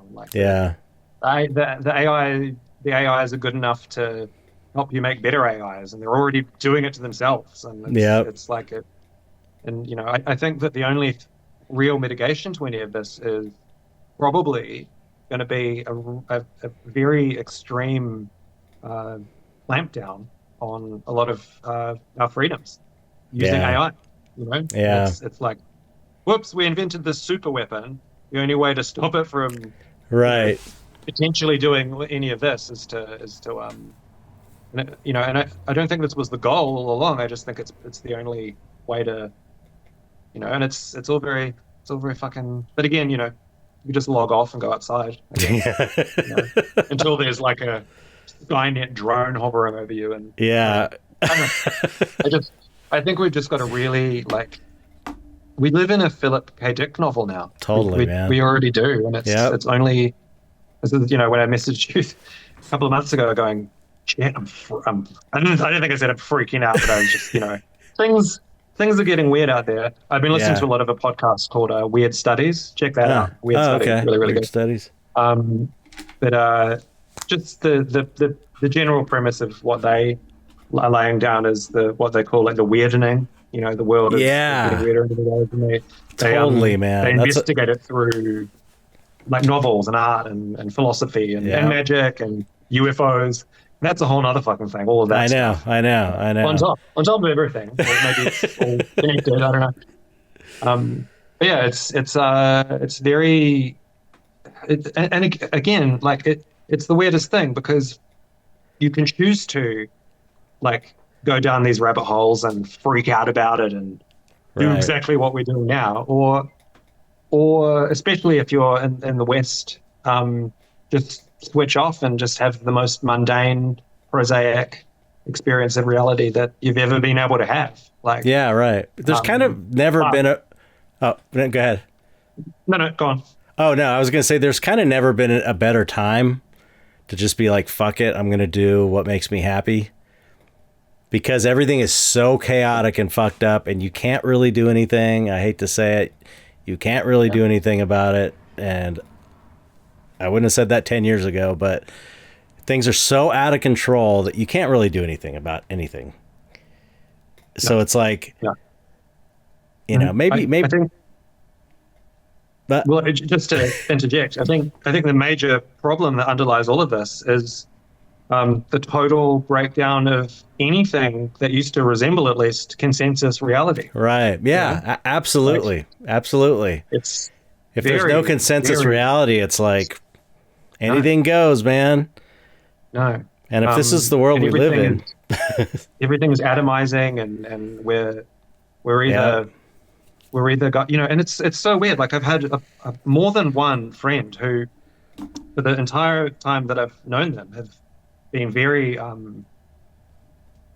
very, very, very materialistic. Not materialistic in a buying stuff way, but like, atheistic, material reality. Right. Skeptical people. Some of these people are turning to, like, we're talking about God before. Some of these people are like going to church. Yeah, right. It's crazy. Like, but I get it. I totally get it. I totally understand it. Yeah. These are, another friend of mine, just never. I mean, he's, basically sort of. I guess I might have been misreading what he was talking about, but like, this is not the kind of person who would have entertained the idea of panpsychism at any point. You know what I mean? And it's like this. The question of consciousness, whether it's something that arises out of a random collection of evolutionary synapses in a human brain, and that's it, or whether it's something inherent in the universe. Right. I mean, I don't know. This is what it seems to be coming out of. I mean, I'm an idiot. I don't really know anything about science at all. But like, when I try and comprehend what is going on at the bleeding edge of, again, like quantum physics and stuff, like, consciousness seems to be really important. Yeah, it's Mitch, have you listened to any of the Mitch Horowitz interviews I've done on here, or any of his stuff? Yeah, I listened to one of them. I really love Mitch Horowitz. He's amazing, but he's always talking about this. It's like, this is kind of what keeps The further we go down the road, the more it seems like, yeah, the universe is made up of consciousness. You know, that's like the underlying everything is a consciousness. And, I mean, it's funny because it's like there are all these studies that prove ESP is real for sure, clinically studied, and people don't want to accept it. People in the scientific community don't want to accept it. He goes into this like in his, I think, all the time in his talks. He's like, and I think in his new book he always talks about it, how it's like there's this specifically like a couple researchers that have done this kind of stuff that it definitely proves for sure it's past the muster of all the things you're supposed to do and then some for a scientific study to be taken seriously. But people can't get past, a lot of the scientists to try and get consensus among the scientists. It's like even these people can't get past this material idea of reality. You know, they can't get past it. Like there must be something wrong. If it's saying this, then there must be something wrong with it, rather than finding things that are wrong with it. You know what I mean? And he was saying people like are so the skeptic type people are so adamantly against it. They go in and like change stuff on Wikipedia and like coordinated in these people's Wikipedia pages, and like so that it's kind of like keeping the truth from coming out. And it's just crazy. It's crazy. Life is material and lame. No, it's not cool, and consciousness is everything. No.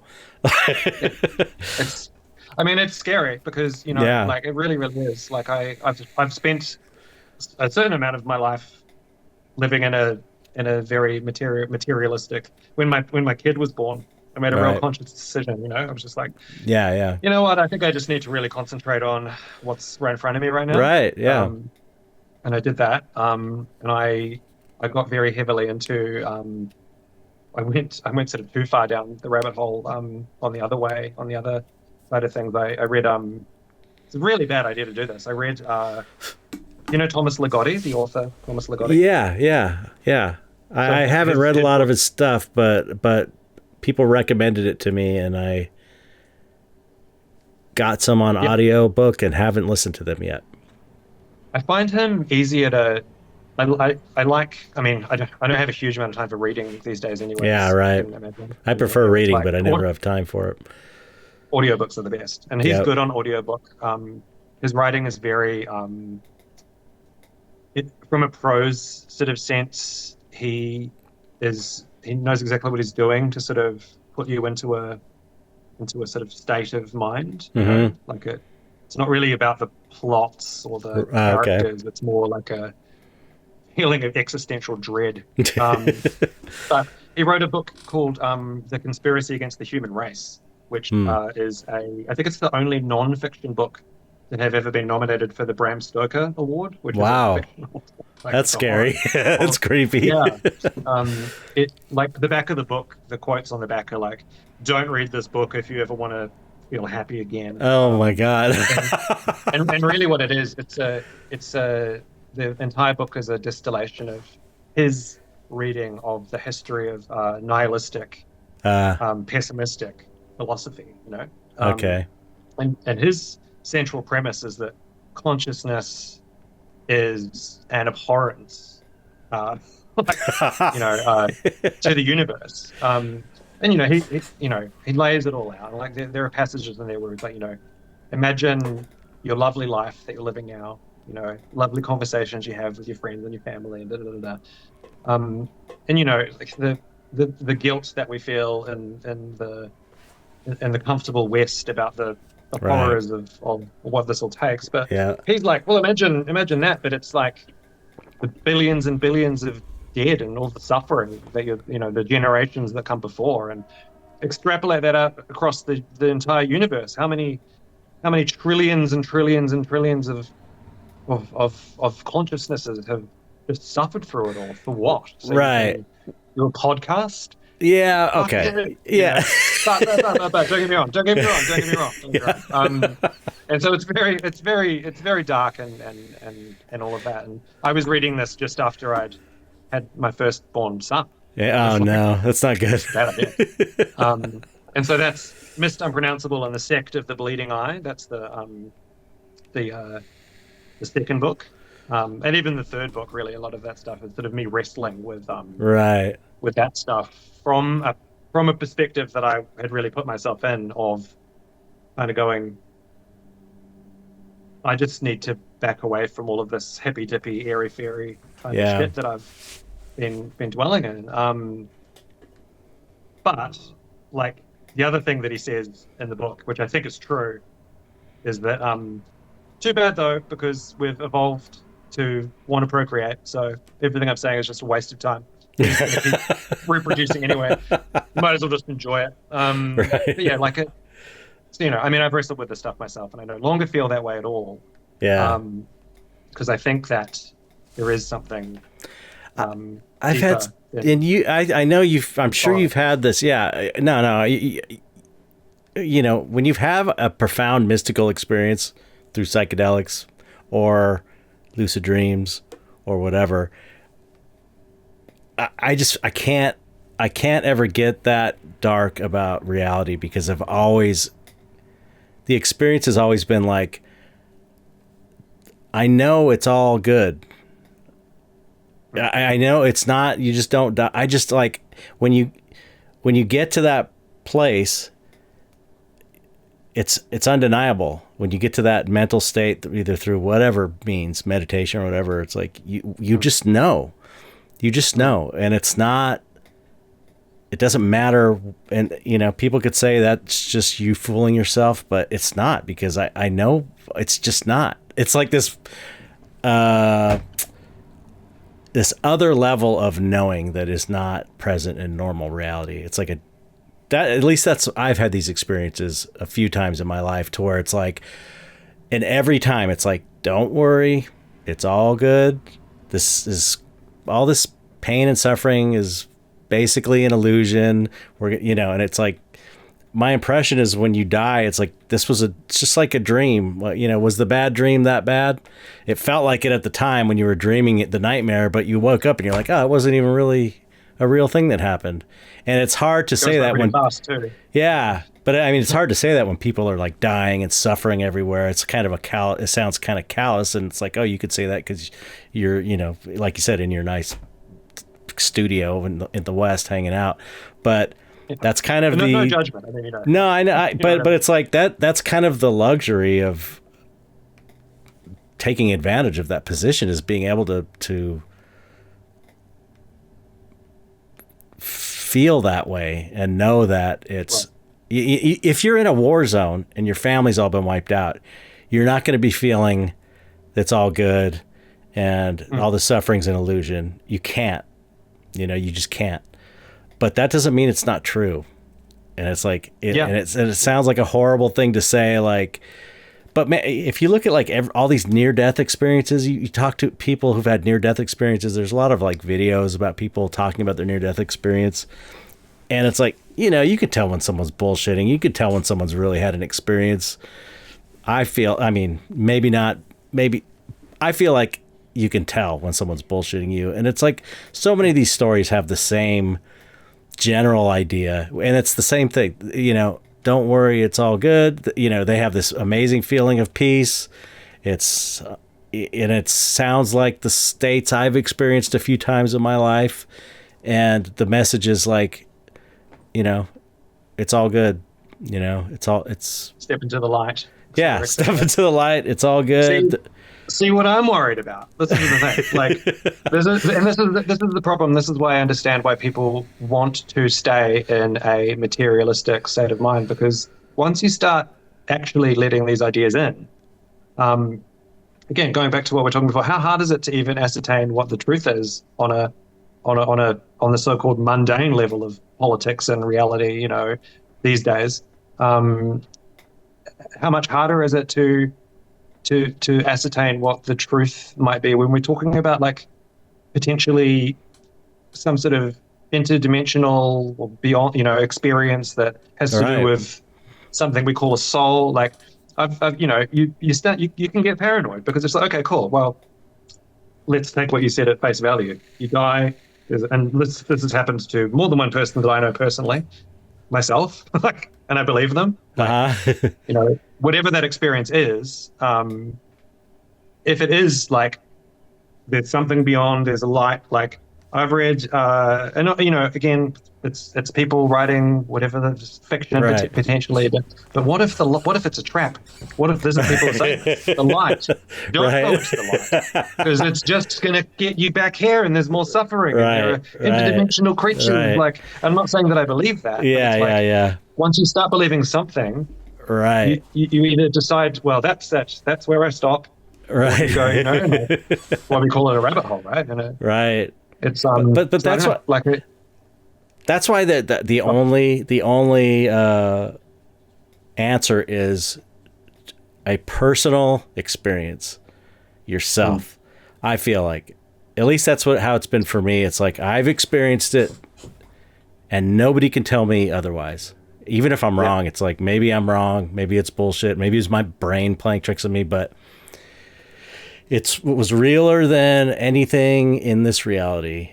And it was absolutely for sure,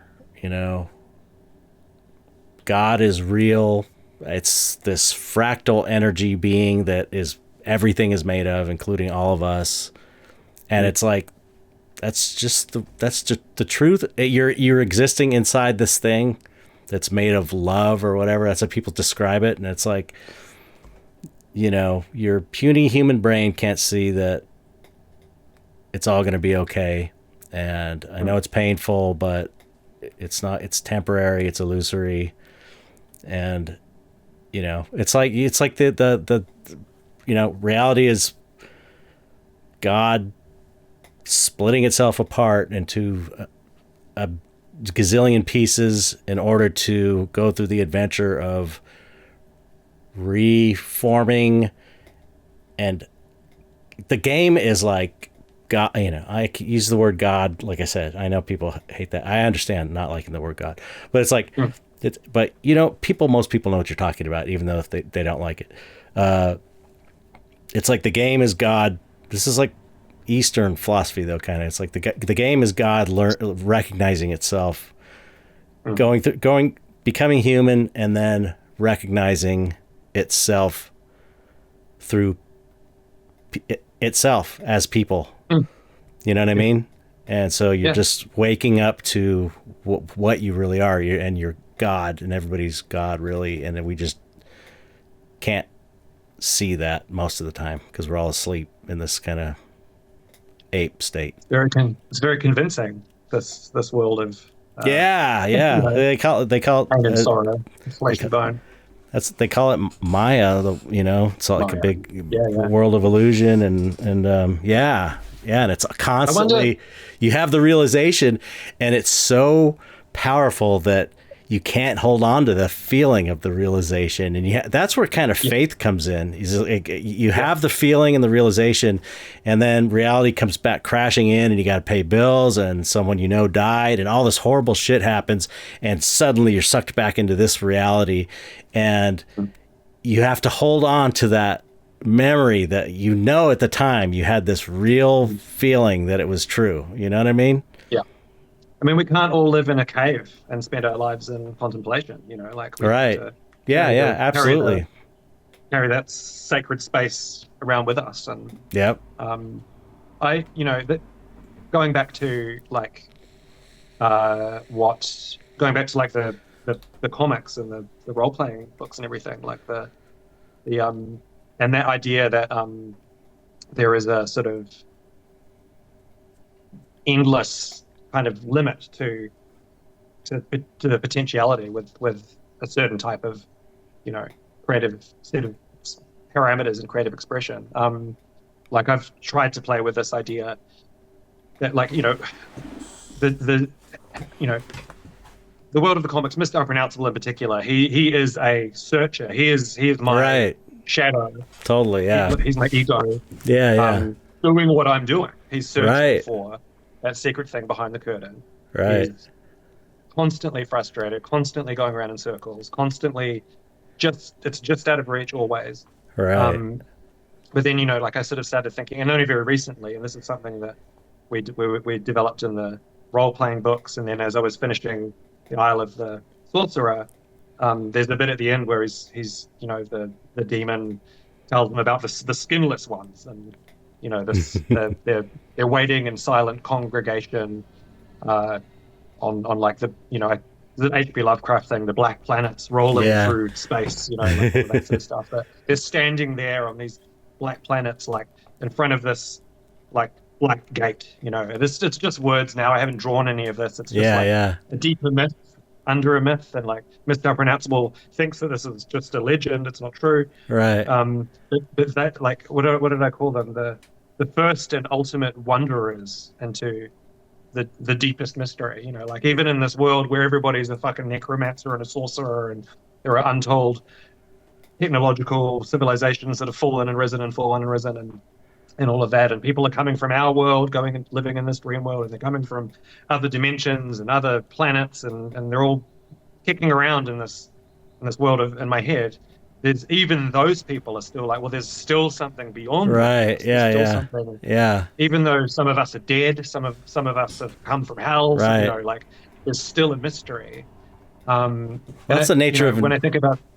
No, go ahead. Sorry, Go ahead. Now you go. I was interrupting you. I was going to say that, you know, this sort of makes me, you know, because I am pretty convinced that I think Terence McKenna put it best. We're in some sort of symbiotic relationship with another intelligence that's pretending to be an alien invasion is to not alarm us, you know, like, or whatever, maybe. Right. But I Right. mean, if there are like other creatures who are made of the same shit that we are, like atoms and matter, and they've Right. come here on nuts and bolts spaceships, like, what if they show up, finally reveal themselves, and they're like, what we've been trying to do is see if you guys know if God is real, you know, like, Right. you know, Yeah. we expect this sort of the savior, but what if nobody in the whole universe has any fucking idea what any of this is? Right. What if Right. there's a civilization that's a billion years old and they haven't worked it out?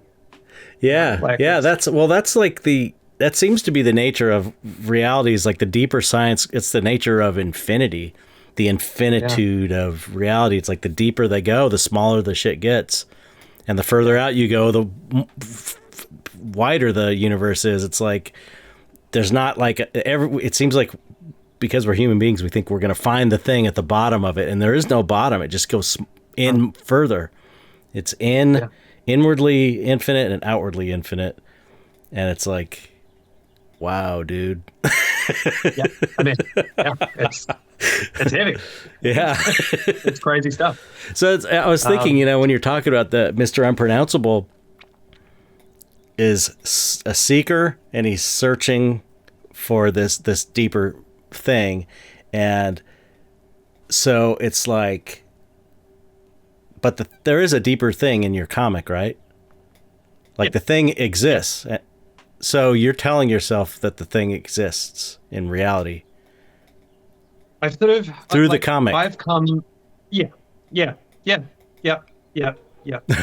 Like, yeah, and it is just something that I really have only after 25 years, I've come to this point where there is a deeper thing. There is something, you know, and beyond the black gate of this unlit planet, in a region beyond the liminality, beyond the void, where the skinless ones stand in silent congregation, waiting for the gate to open, waiting for a way to get through.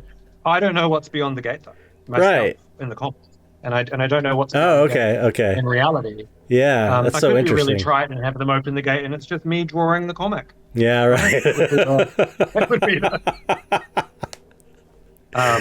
I think that would be deeply unsatisfying, though. Yeah. To do that.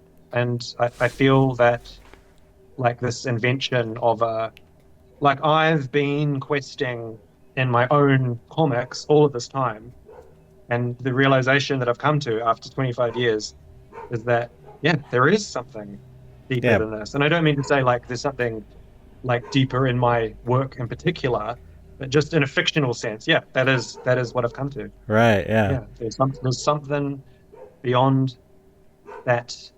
Probably, if there are, you know, interdimensional creatures from maybe they're DMT entities. Who knows? Who knows what the fuck is going on? Right. But But there's like, something. I don't, There's something. I don't think if there is a period where all of this becomes revealed somehow, you know, and that will be the real apocalypse, you know, the secret Right. thing being revealed. I don't think it's going to be very satisfying. Yeah. I think it's going to be like deeper mystery, Oh you yeah. know, For sure. which is It'll. satisfying to me. Like Right. Right. That's exciting.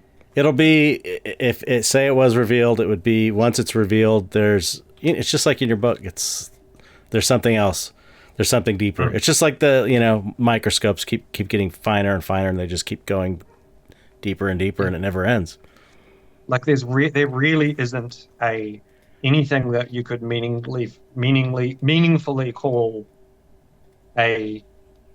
it's especially, I mean, okay, the speed of light. Like there are constants that we can Right. observe in the known universe. But hey, I mean, that's just what we're saying now, like mathematically and observationally. Like we again, as you say, like the finer our instruments get, the deeper the thing is that we're examining. You know, and Yeah. sort of, and really there doesn't seem to be at this point any functional end to it. Right. Like there isn't a wall at the end of anything. Yeah. Right. That's such a very human thing to think. If you think about it, humans are just so like black and white, and that kind of thinking is not natural to humans. I think human beings want to see things as black or white, on or off, zeros or ones. It's this way or it's the other way. It's finite because our minds are finite. At least our brains are finite. Maybe our inner minds are not finite, which is what keeps us leading us along. But I don't mean we've already up at 2 hours here, so I should probably let you go. Right. We got way deep. That was amazing conversation. So we'll have all of the I had a great time. So we'll have in the body of the text for anyone listening, we'll have all the links to get all your goodies. You'll send me that stuff and I'll put it in there. And I wish you much success with it. I think it's great.